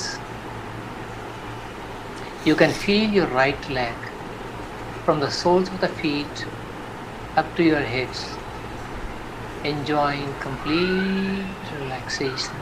Leave it free. Similarly, your another leg, the right leg, enjoying relaxation from feet to up to your hips. If you have any sort of feelings, you can be aware of what is happening. Slowly, slowly, आपके ध्यान की ऊर्जा और ऊपर जा रही है, आपके pelvic region में, pelvic muscles में, शांत और रिलैक्स होते हुए, एकदम शांत और रिलैक्स होते हुए move up slowly, slowly in your abdomen, and you can feel relaxation moving up in your intestine, bladder, kidney, going up in your stomach, solar plexus area, chest, heart, lungs, Everywhere you can feel all the organs enjoying complete rest. All the systems of the body enjoying complete rest. The energy is moving up in your shoulders, आपके कंधों पर, and in both of the hands, from shoulder to the fingers.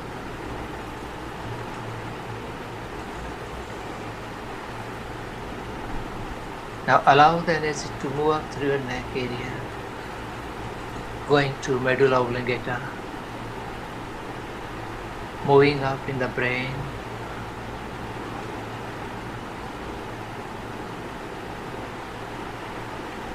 from the brain to forehead, coming down to your eyes, nose, cheeks, mouth and chin, spreading down in your neck, shoulders and hands. Let all the physical feelings be connected with your hands now. Whatever the physical feelings you are undergoing now, you can feel them in your hand, in your forehead, in your palm. Let us give name to the physical feelings you are undergoing now. You can call these feelings relaxation. The physical feelings you are undergoing through are now called relaxation.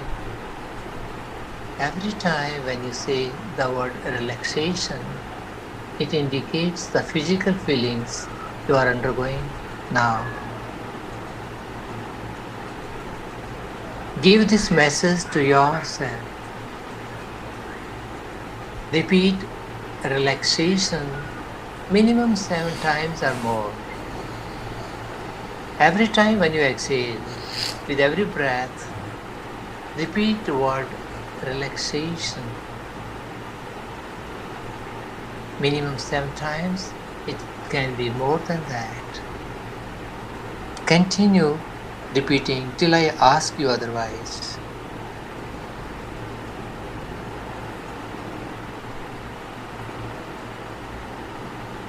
With every breath, you are giving message to yourself. Relaxation.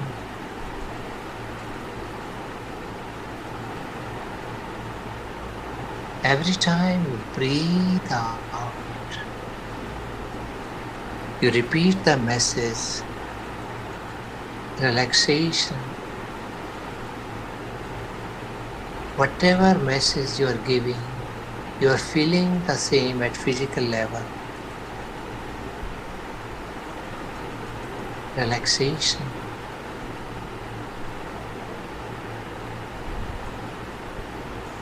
Continue repeating the word relaxation every time when you exhale.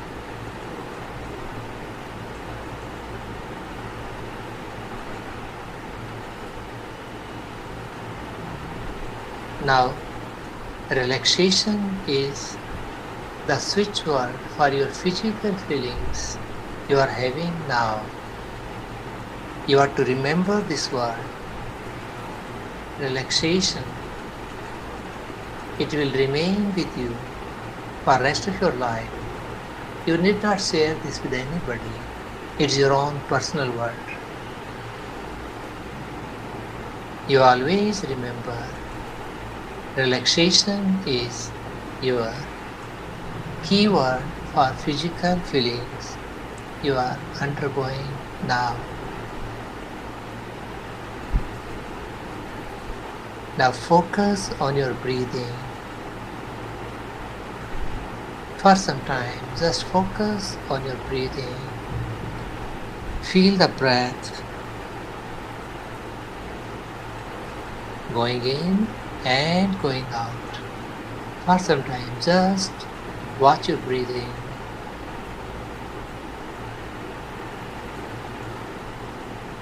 Now connect with the emotional feelings, whatever they are. You need not name them. You need not identify them with any particular word. But whatever feelings may be, you can give a common name to that. That is joy, Anand. Joy. Joy is your keyword for the emotional feelings you are having now. Joy is the keyword for the emotional feelings you are having now. Repeat the word joy every time when you breathe out. Say to yourself, joy. With every breath, when you release the breath, say to yourself, joy. Continue repeating this word with every breath.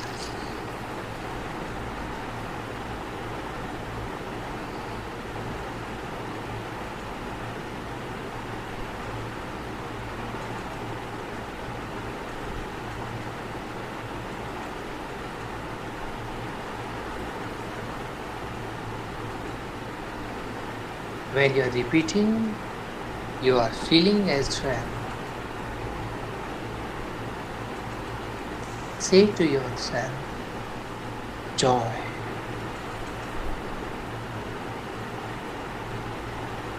Now, joy is the key word for your emotional feelings you are having now.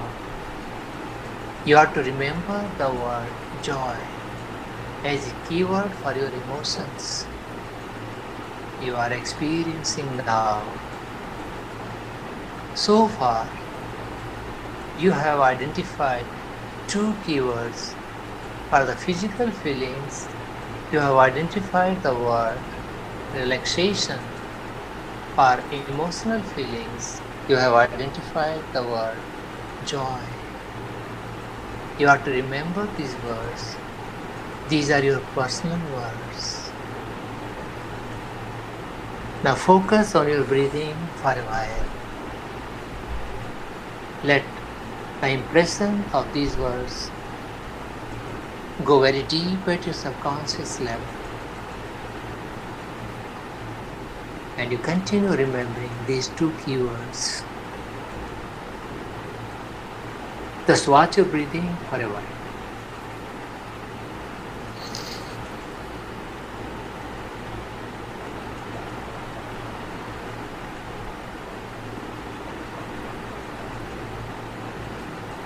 Now bring your emotions and attention and feelings towards your state of mind, mental state. Say to your mind, deep sleep.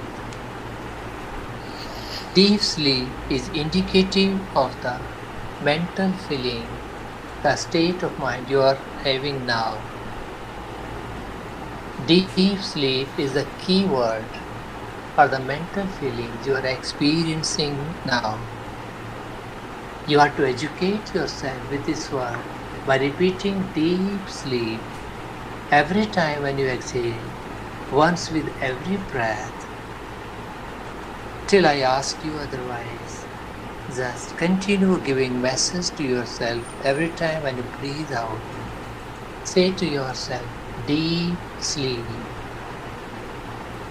Deep sleep. With every breath, continue giving this message to yourself. When you give message, feel that as well.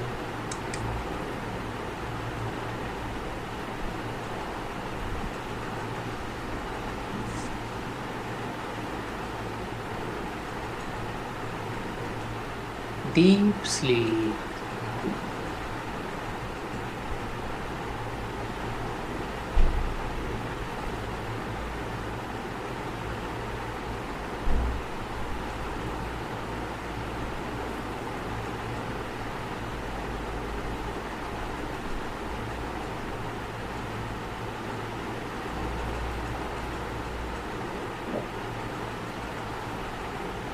deep sleep is your keyword now for the mental feelings.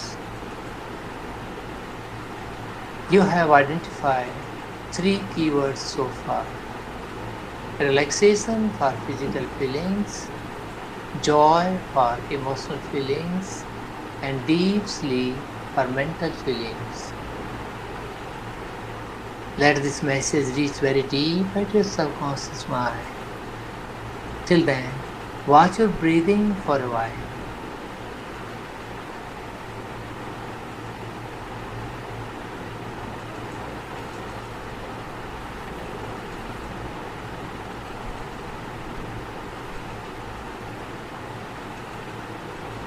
Good. You have identified 3 keywords. You have to remember these keywords: relaxation, joy, and deep sleep. Let this memory remains with you and goes deep in your subconscious mind. After a while, I'll count 1, 2, and 3.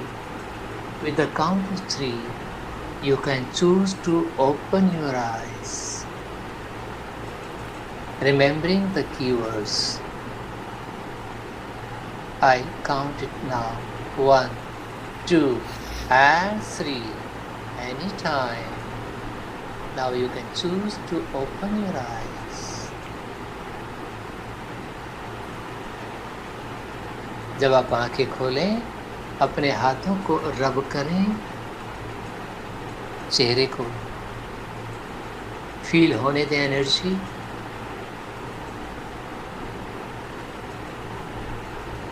And remember 3 keywords.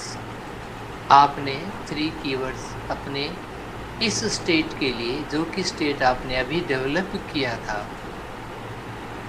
Physical feelings के लिए relaxation, emotional feelings के लिए Joy, और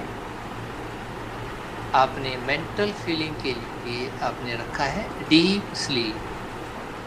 आपको ये याद रखना है, ये आपके लिए रहेंगे।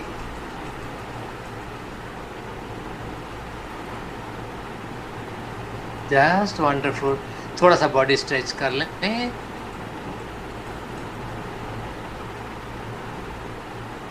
गुड। अब जब भी कोई एक्सरसाइज करते हैं जिसके अंदर मेंटल कामनेस आ जाती है, चाहे वो हिप्नोसिस की एक्सरसाइज है, चाहे वो मेडिटेशन की एक्सरसाइज है, या चाहे वो रिलैक्सेशन की एक्सरसाइज है, जो भी आप इस प्रकार एक्सरसाइज करते हैं, जब भी इससे बाहर आए तो थोड़ी सी बॉडी स्ट्रेच कर लेना चाहिए, या कुछ कदम चल लेना चाहिए, हाथ रगड़ लेना चाहिए, कुछ न कुछ। आप देखेंगे जितने जानवर हैं, क्योंकि nature is always right, nature गलत नहीं होता। जब भी कोई जानवर उठता, घर के सामने देखते हैं कुत्ते होते हैं, घर में बिल्लियाँ आती हैं, जंगल में आपने डिस्कवरी पे देखा होगा शेर, चीते, हाथी, घोड़े, गाय, भैंस सब कुछ होते हैं। जब भी वो उठते हैं तो पूरी बॉडी को स्ट्रेच करते हैं, तो स्ट्रेचिंग को अंगड़ाई लेना कहते हैं, यानी अपने शरीर को पूरा खींचते हैं, वो एनर्जी महसूस करते हैं, इसे एनर्जी एक्टिवेट हो जाती है और आप प्रेजेंट से जुड़ जाते हैं। गुड। क्योंकि अभी 5 मिनट के अंदर हम एक्सरसाइज दूसरी शुरू करेंगे। अब मैं आपको ये बताना चाहता हूँ कि हम ब्रीदिंग पे फोकस क्यों कराते हैं बार बार। मेडिटेशन कराएं जब भी ब्रीदिंग पे फोकस, हिप्नोटाइज कराएं जब भी ब्रीदिंग पे फोकस, नींद ना आनी है ब्रीदिंग पे फोकस, हर चीज़ ब्रीदिंग पे फोकस कराते हैं। क्यों कराते हैं? ये बहुत आसान काम है। हमें अपने वर्तमान से जुड़ना है, और ब्रीदिंग आप सिर्फ वर्तमान में कर सकते हैं। You can breathe only in the present. आप हैं तो सांस है, सांस है तो आप हैं। जब आप सांस पे ध्यान लाते हैं तो आप अपने आप पर ध्यान लाते हैं। आपका ध्यान इधर उधर तो बिखरा होता है, वो सिमट जाता है और आपकी सांस पर आ जाता है। आप अपने सांस पर जब ध्यान ले आते हैं, इसलिए अपनी अवेयरनेस को फोकस करने के लिए सांस पर ध्यान लाते हैं। गुड। तो ये जो एक्सरसाइज की, इसमें हमने कीवर्ड्स को आइडेंटिफाई किया जो हमें याद भी है, रिलैक्सेशन, जॉय और डीप स्लीप। लेकिन हमने किया क्यों इसलिए करा क्योंकि हमने ये यूज़ करना है हिप्नोटिक स्टेट के लिए। हम नहीं चाहते कि बहुत ज़्यादा लंबे टाइम तक ध्यान लगा कर हिप्नोटिक स्टेट में जा जाए, क्यों ना कीवर्ड्स का यूज़ करके हिप्नोटिक स्टेट को डेवलप किया जाए। तो इसलिए ये यूज़ करने के लिए है। तो अभी इसका हम एक प्रैक्टिकल करेंगे जो लगभग 10 मिनट का टाइम लेगा मैक्सिमम। उसमें आप इन्हीं वर्ड्स को यूज़ करेंगे, जैसे जैसे मैं बोलता जाऊँ आप उसको यूज़ करेंगे, और वो आपने लेटर ऑन हर रोज़ अगर आप इस टेक्निक को यूज़ करना चाहें तो हर रोज़ आप उसको इस प्रकार यूज़ कर सकते हैं जैसा कि अब हम ही करने जा रहे हैं। तो इसमें आप अपने को एक सजेशन देंगे, यानी अपने लिए जो चाहते हैं, अपने हेल्थ के लिए, स्टेट ऑफ माइंड के लिए, सोशल स्टेटस के लिए, सोशल कंडीशनिंग के लिए, रिलेशनशिप के लिए, व्हाटएवर, कंसंट्रेशन के लिए, जो भी आप चाहते हैं उसके लिए एक सेंटेंस, एक सजेशन को बना लीजिए जो आप अपने को देना चाहते हैं, क्योंकि वो अभी आपने अपने को देना है, इसलिए वो बना लीजिए। उसके लिए मैं पूरा 1 मिनट का आपको टाइम दे रहा हूँ। उसके बाद एक्सरसाइज शुरू करेंगे, तो इस 1 मिनट के अंदर बना लीजिए। ध्यान रखिए प्रेजेंट टेंस के अंदर हो, पॉजिटिव हो और निश्चित चीज़ हो जिसको आपका मन समझता भी हो, जिसके बाद में आप कंपेयर भी कर सकें। तो इस 1 मिनट के अंदर वो आप बना लीजिए।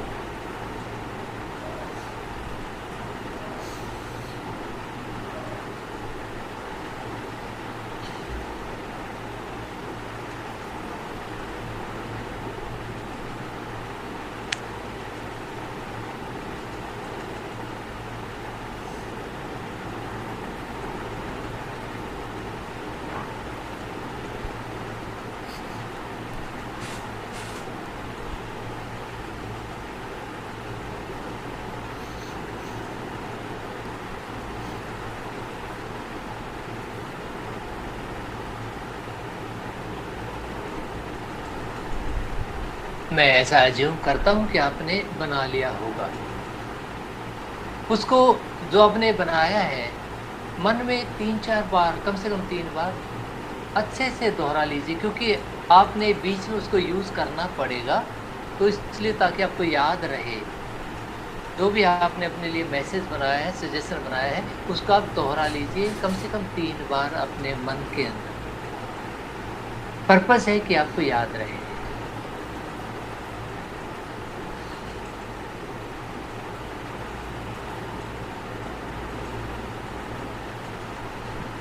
गुड। अब आपने दोहरा लिया है, तो अब हम जो एक्सरसाइज करेंगे, इन कीवर्ड्स का यूज करना है सम्मोहन की स्थिति को प्राप्त करने के लिए, उसको अटेन करने के लिए हम इसको कैसे यूज करेंगे, अब हम वो बात करने जा रहे हैं। जैसे कल बात हुई थी कि अधिकतर ये हम शाम के वक्त करते हैं, अपने बिस्तर में लेटकर या बैठकर। जब भी करें तो सोने वाला पोस्चर नहीं होना चाहिए, वरना हमारी बॉडी विजडम ये कहती है कि ये तो सोने का वक्त हो गया है। तो पोस्चर सोने वाला ना हो, बेड आपका सोने वाला हो सकता है। इसलिए सहारा लेके बैठ सकते हैं, या जो भी आप करें, और उससे पहले थोड़ा पानी ज़रूर पी लें, गला नहीं सूखेगा। गुड। तो इसका यूज़ करने के लिए तैयार हो जाएं, अपनी आंखें बंद करें और सबसे पहले आंखें बंद करके अपना ध्यान सांस पर लेकर आएं। Feel your breath. जब भी आप सांस बाहर छोड़ते हैं तो अपने मन के अंदर दोहराइए रिलैक्सेशन। आपको ये कम से कम 7 बार दोहराना है। आप जब तक दोहराते रहेंगे जब तक मैं आपको अदरवाइज नहीं कहता हूँ। जब आप सांस छोड़ते हैं तो मन ही मन हर सांस के साथ कहेंगे रिलैक्सेशन।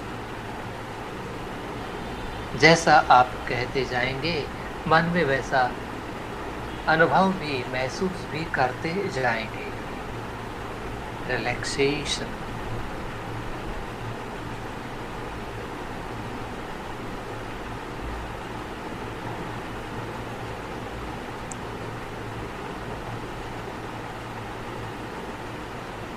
relaxation.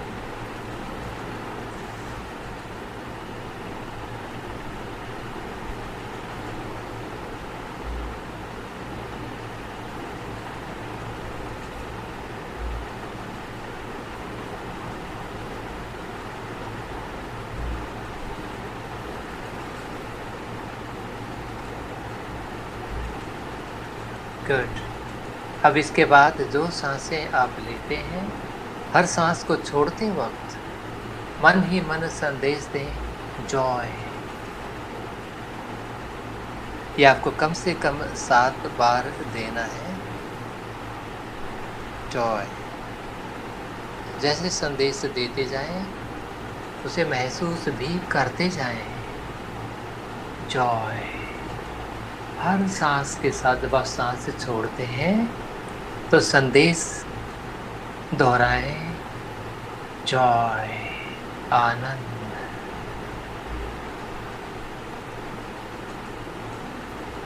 जैसे जैसे दोहराते जाएं, महसूस भी करते जाएं।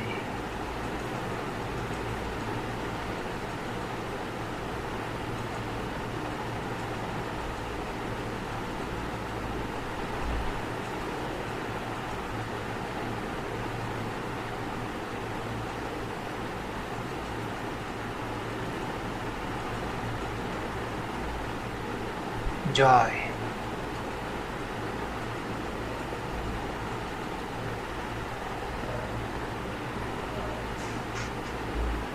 इसके बाद अपने सांस पर एक बार फिर ध्यान लेकर आएं और जो भी सांस आप छोड़ते हैं, मन ही मन दोहराते जाएं डीप स्लीप।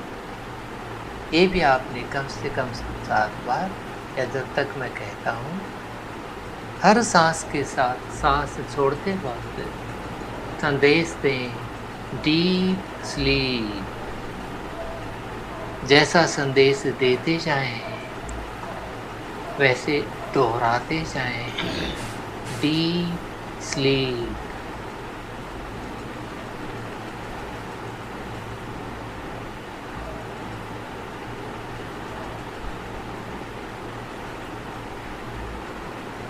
हर सांस को छोड़ते वक्त मन ही मन संदेश दें डीप स्लीप।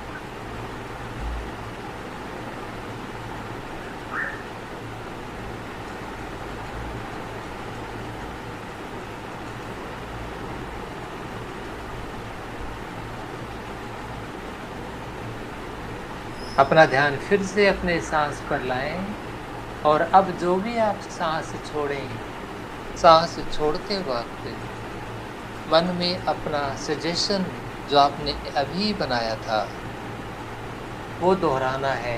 यानी जब भी आप सांस छोड़ें, मन ही मन अपना सजेशन दोहराएं और दोहराते चले जाएं हर सांस के साथ एक बार। ये कम से कम 21 बार दोहराना है। आपको गिनने की आवश्यकता नहीं है, बस दोहराते चले जाएं। जब भी आप सांस छोड़ते हैं तो अपना संदेश, अपना मैसेज जो आपने बनाया है अपने लिए, उसको दोहराते चले जाएं। हर बार, हर सांस के साथ एक बार, हर सांस के साथ एक बार, बस दोहराते चले जाएं।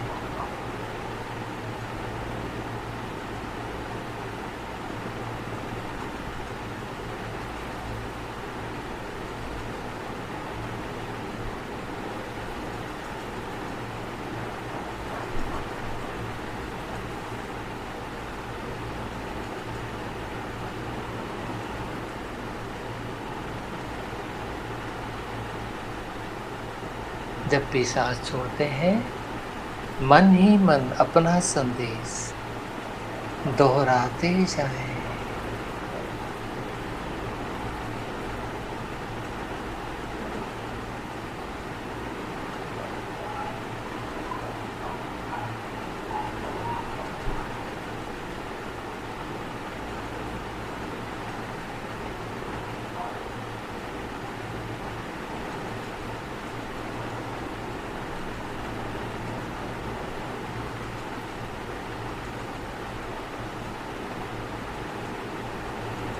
हर सांस के साथ एक बार अपना संदेश दोहराएं। लगातार हर सांस जब भी आप छोड़ रहे हैं, अपने आप को संदेश दे रहे हैं। जो भी आपने सजेशन बनाया है, उस सजेशन को दोहराते चले जाएं।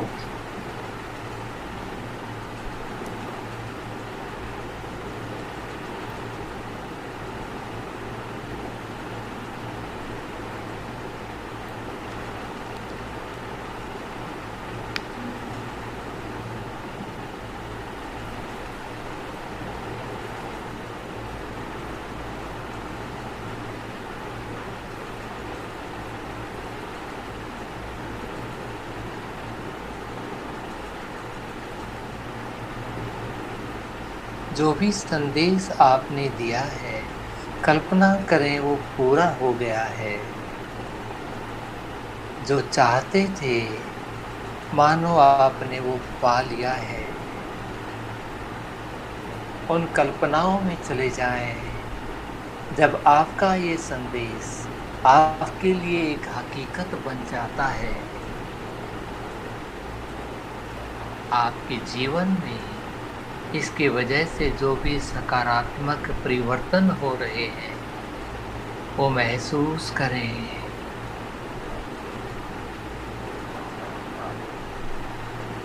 जो चाहा वो पा लिया है। जो पा लिया है वो हो रहा है। आपके जीवन में जो उपलब्धियां हुई हैं, जो कि आपने सजेशन में बोला था, मानो वो यथार्थ हो गई है, पूरी हो गई है। बस उनके आनंद में खो जाएं कुछ देर। उस अचीवमेंट का एंजॉय करें।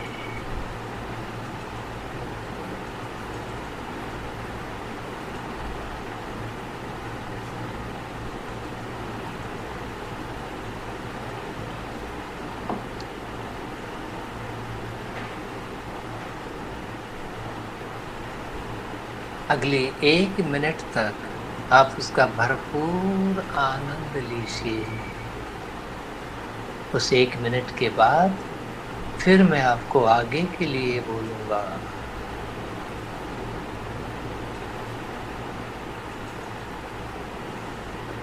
भरपूर आनंद लें। You are a powerful person with powerful mind, powerful soul and powerful body. You have wonderful capacities. Just enjoy your achievements, the changes that have taken place in your life.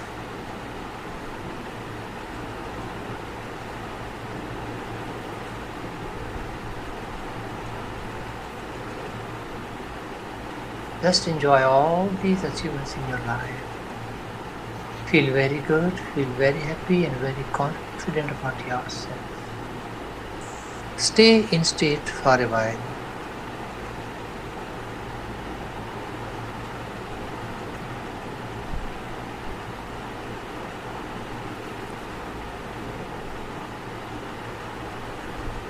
You have all power and capacity to accomplish the goals you set for yourself. After enjoying all these achievements, you can come out of trance anytime when you wish by counting 1, 2 and 3 and saying to yourself, I am coming out of hypnosis. This time I repeat for you. 1,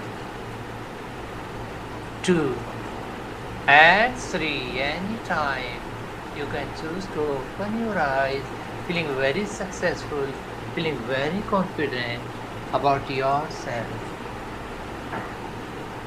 When you open your eyes, do some stretching, rubbing your hands, palms, stretching your body. Good. Feel very confident.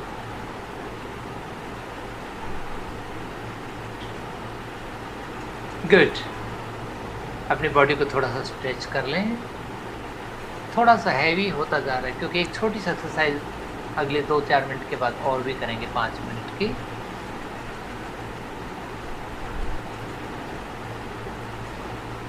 थोड़ा stretch करके तैयार हो जाए। You are all powerful person with powerful mind, powerful soul, powerful body. Good.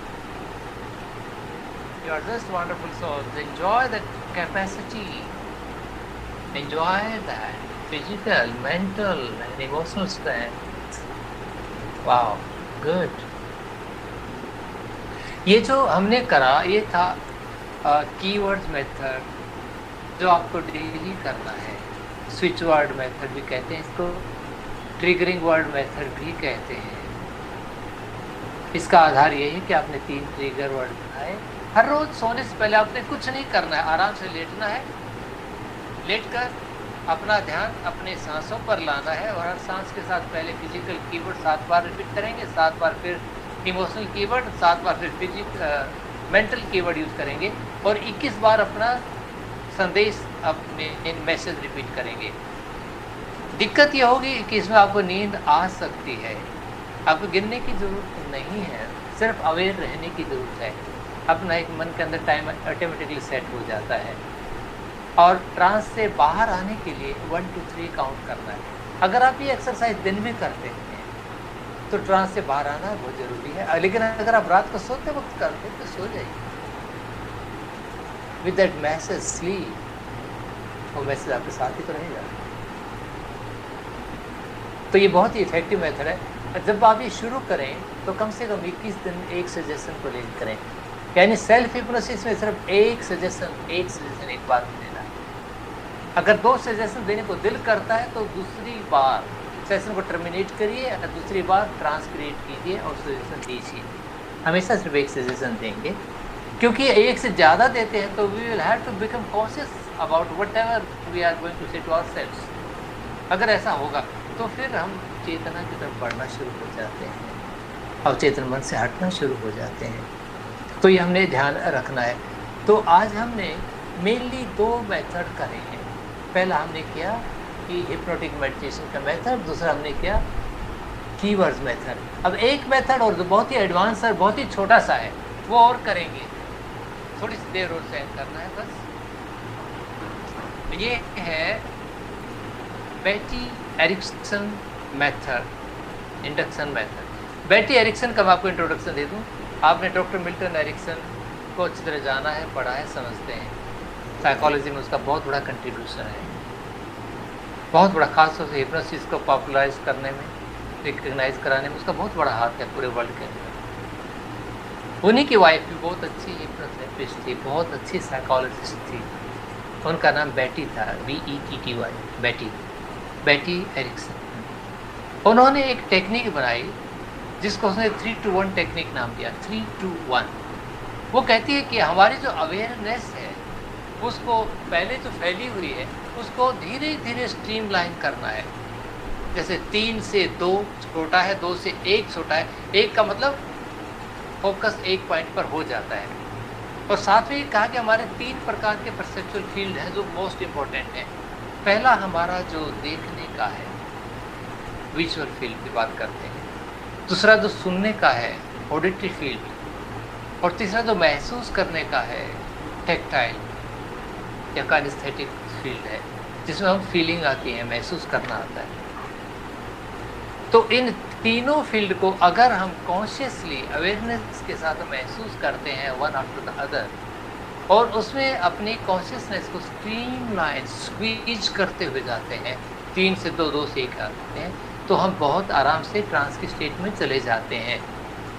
तो इसमें मैं आपको किसी एक बिंदु पर देखने के लिए कहूँगा और उसके बाद आपको मैसेज दिया जाएगा कि बिंदु पर देखते रहिए और पेरिफेरल विजन से जो भी 3 चीज़ें आप देख सकते हैं देखिए और मन में उनको दोहराइए। आप चाहें तो बोल के दोहरा सकते हैं, यहाँ पे कोई सुनने वाला नहीं है, बंद है ऑडिशन।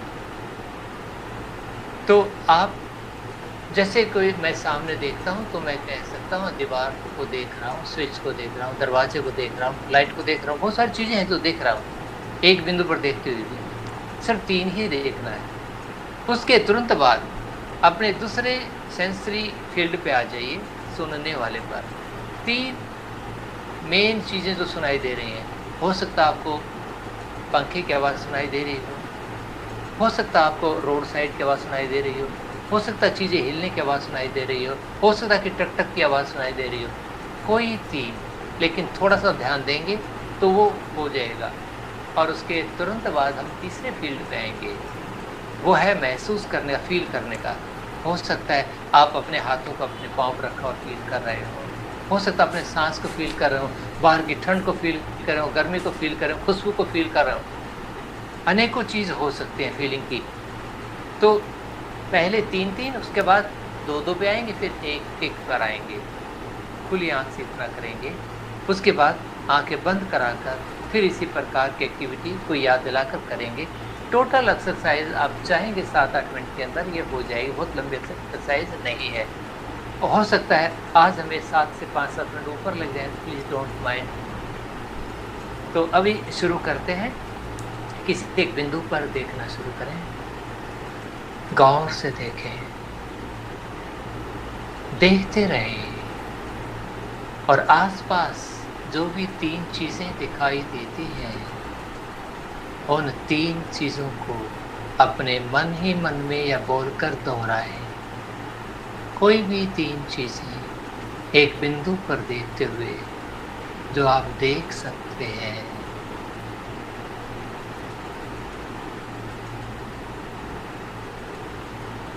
तीन चीज़ें देखने के बाद आवाज़ें, 3 प्रकार की आवाज़ें उस बिंदु पर देखते हुए खुली आँखों से जो भी आवाज़ आप सुन सकते हैं, एक के बाद एक 3 आवाज़ों को अलग-अलग सुने।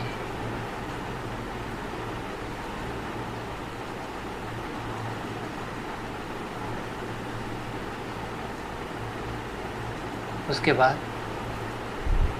कोई भी फीलिंग्स, कोई 3 फीलिंग्स जो इस वक्त हो रही है, उनको महसूस करें, उनको नाम दें, चाहे बोलकर दोहराएं या मन ही मन दोहराएं। 3 फीलिंग्स।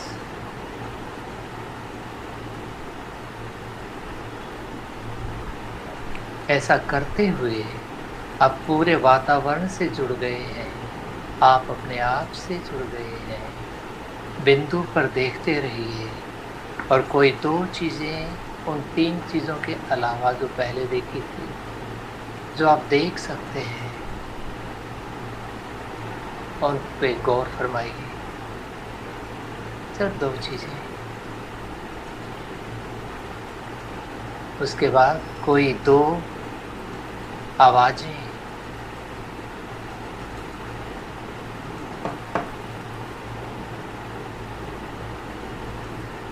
आवाज़ों को सुने, ध्यान दें और उसके बाद कोई 2 फीलिंग्स जो आप महसूस कर पाते हैं इस वक्त।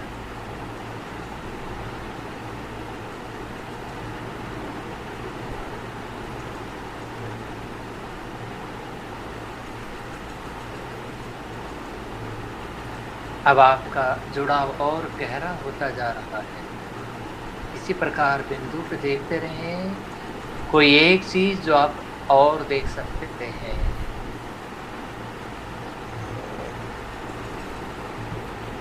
कोई एक आवाज़ जो आप और सुन सकते हैं।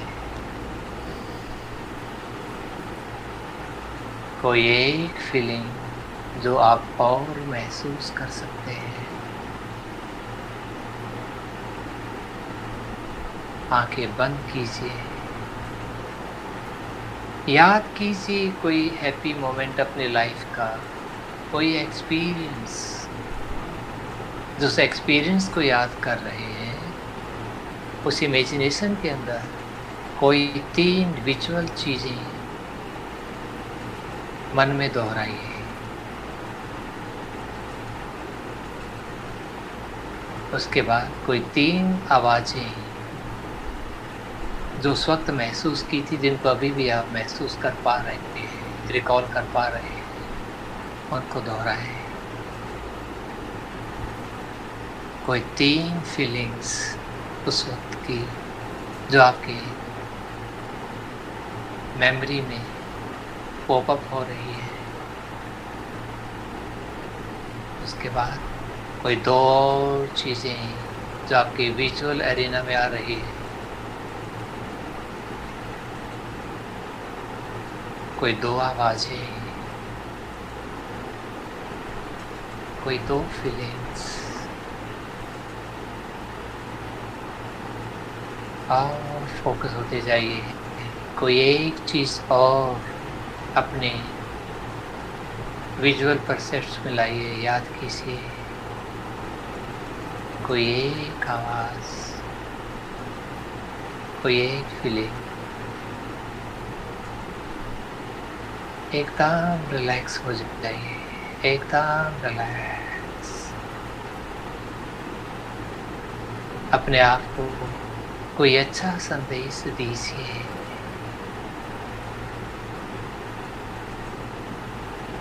उस संदेश को जीवन में होता हुआ महसूस कीजिए, एंजॉय कीजिए।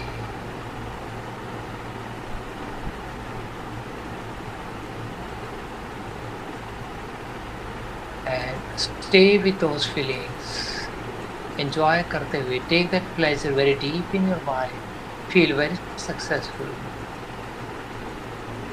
And now you can say to yourself 1, 2 and 3 to come out of trance, because you know very well every time you say to yourself 1, 2 and 3 you come out of trance and feel really good about yourself, feeling very successful. This time I count this for you. 1, 2 and 3. Anytime you can choose to open your eyes, feeling very relaxed, feeling very successful, very relaxed, very successful.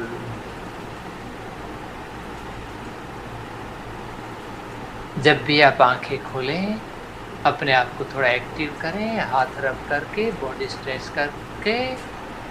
You are a powerhouse. Generate that energy by rubbing your palms. Yeah. Feel powerful, feel relaxed. Wonderful. Good. Good. अभी हमने जो ये exercise की है बहुत fast किया है, इसको आप अपने ढंग से धीरे कर सकते हैं। मकसद यही है अपने परसेप्चुअल फील्ड को चौड़ा यानी बड़े से लेकर धीरे धीरे फोकस करते जाना है। जैसे पहले तीन स्टेप थे, इतनी देर तक आंखें खुला रखना कई बार मुश्किल होता है, तो आंखें आप पहले भी बंद कर सकते हैं। आप चाहें तो जो पहले 3 स्टेप है आंखें बंद होने के बाद, उस वक्त भी आपका ट्रांस क्रिएट हो चुका होता है, उस वक्त भी आप अपने लिए संदेश देकर फीलिंग जनरेट कर सकते हो।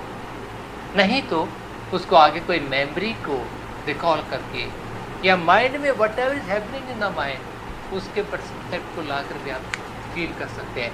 तो ये एक बहुत ही इफ़ेक्टिव टेक्निक है जो इंडक्शन के लिए की जाती है, चाहे सेल्फ के लिए या दूसरे के लिए हो। ये बेटी एरिक्सन की टेक्निक है, डॉक्टर मिल्टन एरिक्सन की वाइफ की। गुड। तो ये इम्पोर्टेंट टेक्निक हम लोगों ने करी, पहले स्विचवर्ड की और फिर बेटी एरिक्सन की। तो अभी तक हमने कई टेक्निक्स का ज्ञान हो गया है। सिंपल रिलैक्सेशन कर कर भी हम ट्रांस में थोड़ी देर के बाद चले जाते हैं, वो भी एक टेक्निक के रूप में यूज़ कर सकते हैं। दीवार पर ध्यान लगाकर, बिंदु पर ध्यान लगाकर, वो भी एक टेक्निक के रूप में यूज़ कर सकते हैं। इसी प्रकार आप कीवर्ड्स मेथड यूज़ कर सकते हैं। इसी प्रकार आप ये 3 to 1 टेक्निक यूज़ कर सकते हैं। कुछ भी यूज़ कीजिए, मकसद है फोकस करना है विद अवेयरनेस, बस। उसके बाद स्टेट ऑफ ट्रांस क्रिएट हो जाती है। उसके बाद you have to educate yourself with the message and give only 1 message in 1 session. इसमें कुछ सावधानियां रखनी है, वो मैं आपके सामने फटाफट बोल देता हूँ। कोई भी ट्रांस की एक्टिविटी करें, पहले एक गिलास पानी पी लीजिए, वो आपको हेल्प करेगा। जिन लोगों को डिप्रेशन है या जो नेगेटिव ओरिएंटेशन के लोग हैं, please do not do that. यहाँ लोग गलती करते हैं, डिप्रेशन में होते हैं और वो फिर हिप्नोसिस में, मेडिटेशन में इन एक्सरसाइज करते हैं, तो उनके जो नेगेटिव थॉट्स हैं वही उसमें घूमते रहते हैं। वो गाइडेड सेशन ले सकते हैं लेकिन सेल्फ ना लें, ये ध्यान रखना है। जो सजेशन है वो ध्यान दे के बनाएं, पॉजिटिव, प्रेजेंट, स्पेसिफिक, उन सब बातों का ध्यान रखते हुए एक वक्त में एक सजेशन दें। माइंड में मेंटल रिहर्सल जरूर कराएं और आउटकम पर ध्यान जरूर लेके जाएं। जब भी आप सेल्फ हिप्नोसिस करते हैं तो उसको टर्मिनेट जरूर करें, 1 2 3 करके उससे बाहर जरूर आ जाएं। उसके बाद में स्ट्रेचिंग करें और अपने एक फॉलोअप प्लान बनाएं। जो भी संदेश दे रहे हैं, डेवलपमेंट के लिए दे रहे हैं ना, उसके एक फॉलोअप प्लान बनाएं। और एक सजेशन को जब आप 1 महीने तक, यानी 21 दिन, 1 महीना रफली कह देते हैं, उसको ये करें और उसको आप अपने को मॉनिटर करते जाएं। एक्शन प्लान जो भी बनाएं तो रियलिस्टिक होना चाहिए, दैट शुड बी रियलिस्टिक, जो आप कर सकते हैं। एक बार मेरे पास एक डॉक्टर आए, उन्होंने हिप्नोसिस किया था। उसने कहा कि मुझे वो सजेशन चाहिए कि I am the richest person in the world, I am very confident I can become. आपका कहना ही आपकी डाउट दिखा रहा है, लेकिन कई बार जब आप ऐसी बातें करते हैं तो योर माइंड रिडिक्यूल्स यू। ऐसी बातें ना करें, रियलिस्टिक के रूप में करें। सजेशन ध्यान से बनाएं, हर रोज़ करें, ट्रांस हर रोज़ करें, 21 दिन तक जारी रखें। 2 सजेशन देने तो 2 बार सेशन करें और ट्रिगर बना लेने से आपकी चीज़ें आसान हो जाती हैं। इसलिए ट्रिगर बना लेना चाहिए, क्योंकि आपने प्रोटेक्टिव शील्ड भी आज बनाई थी, उसके लिए भी ट्रिगर आप बना लें। क्या बनाना है? सिंपली अपने आप को कहना है आई एम प्रोटेक्टेड। जैसे आप जब रिलैक्स होते हैं, imagine relaxation is protecting you, right. जब आप कोई विजुअलाइजेशन करते हैं तो इमेजिनेशन करते हैं, जैसे आपने रेज का किया, एनर्जी का करा, वो आपके चारों तरफ फैल रही है, it is protecting you. Are just to give message to yourself that I am totally protected. And every time when I say myself I am protected, then I am protected. या every time when I take deep breath I am protected psychologically. तो इस प्रकार आप वो भी बना लें। तो एक्शन प्लान जरूर बनाएं, क्योंकि ज्ञान अगर आपके पास है, उसका प्रयोग नहीं है, तो हमारे मेरे गधे में क्या फ़र्क हुआ? उस पर वजन होता है, उसका नहीं होता। अगर हमारे पास कोई स्किल, कोई ज्ञान है तो उसका प्रयोग करें और अपने लिए करें। पहले आप करें, पहले हम खुद सुधरें, फिर औरों का सुधार करें। हमेशा ये ध्यान रखकर अपने आप पे काम करना है। अपने आप को छोटा आंकना बंद कर दें।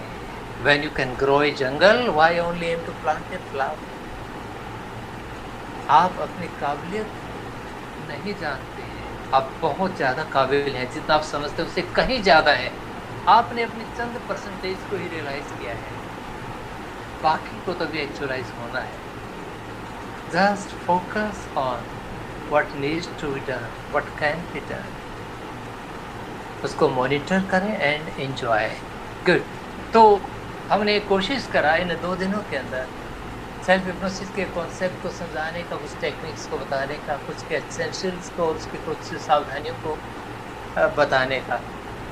तो आई बिलीव कुछ न कुछ उसका फ़ायदा होगा। ये सारा हम साथ साथ रिकॉर्ड तो कर रहे हैं, होपफुली ये सारा ठीक से रिकॉर्ड हो गया होगा।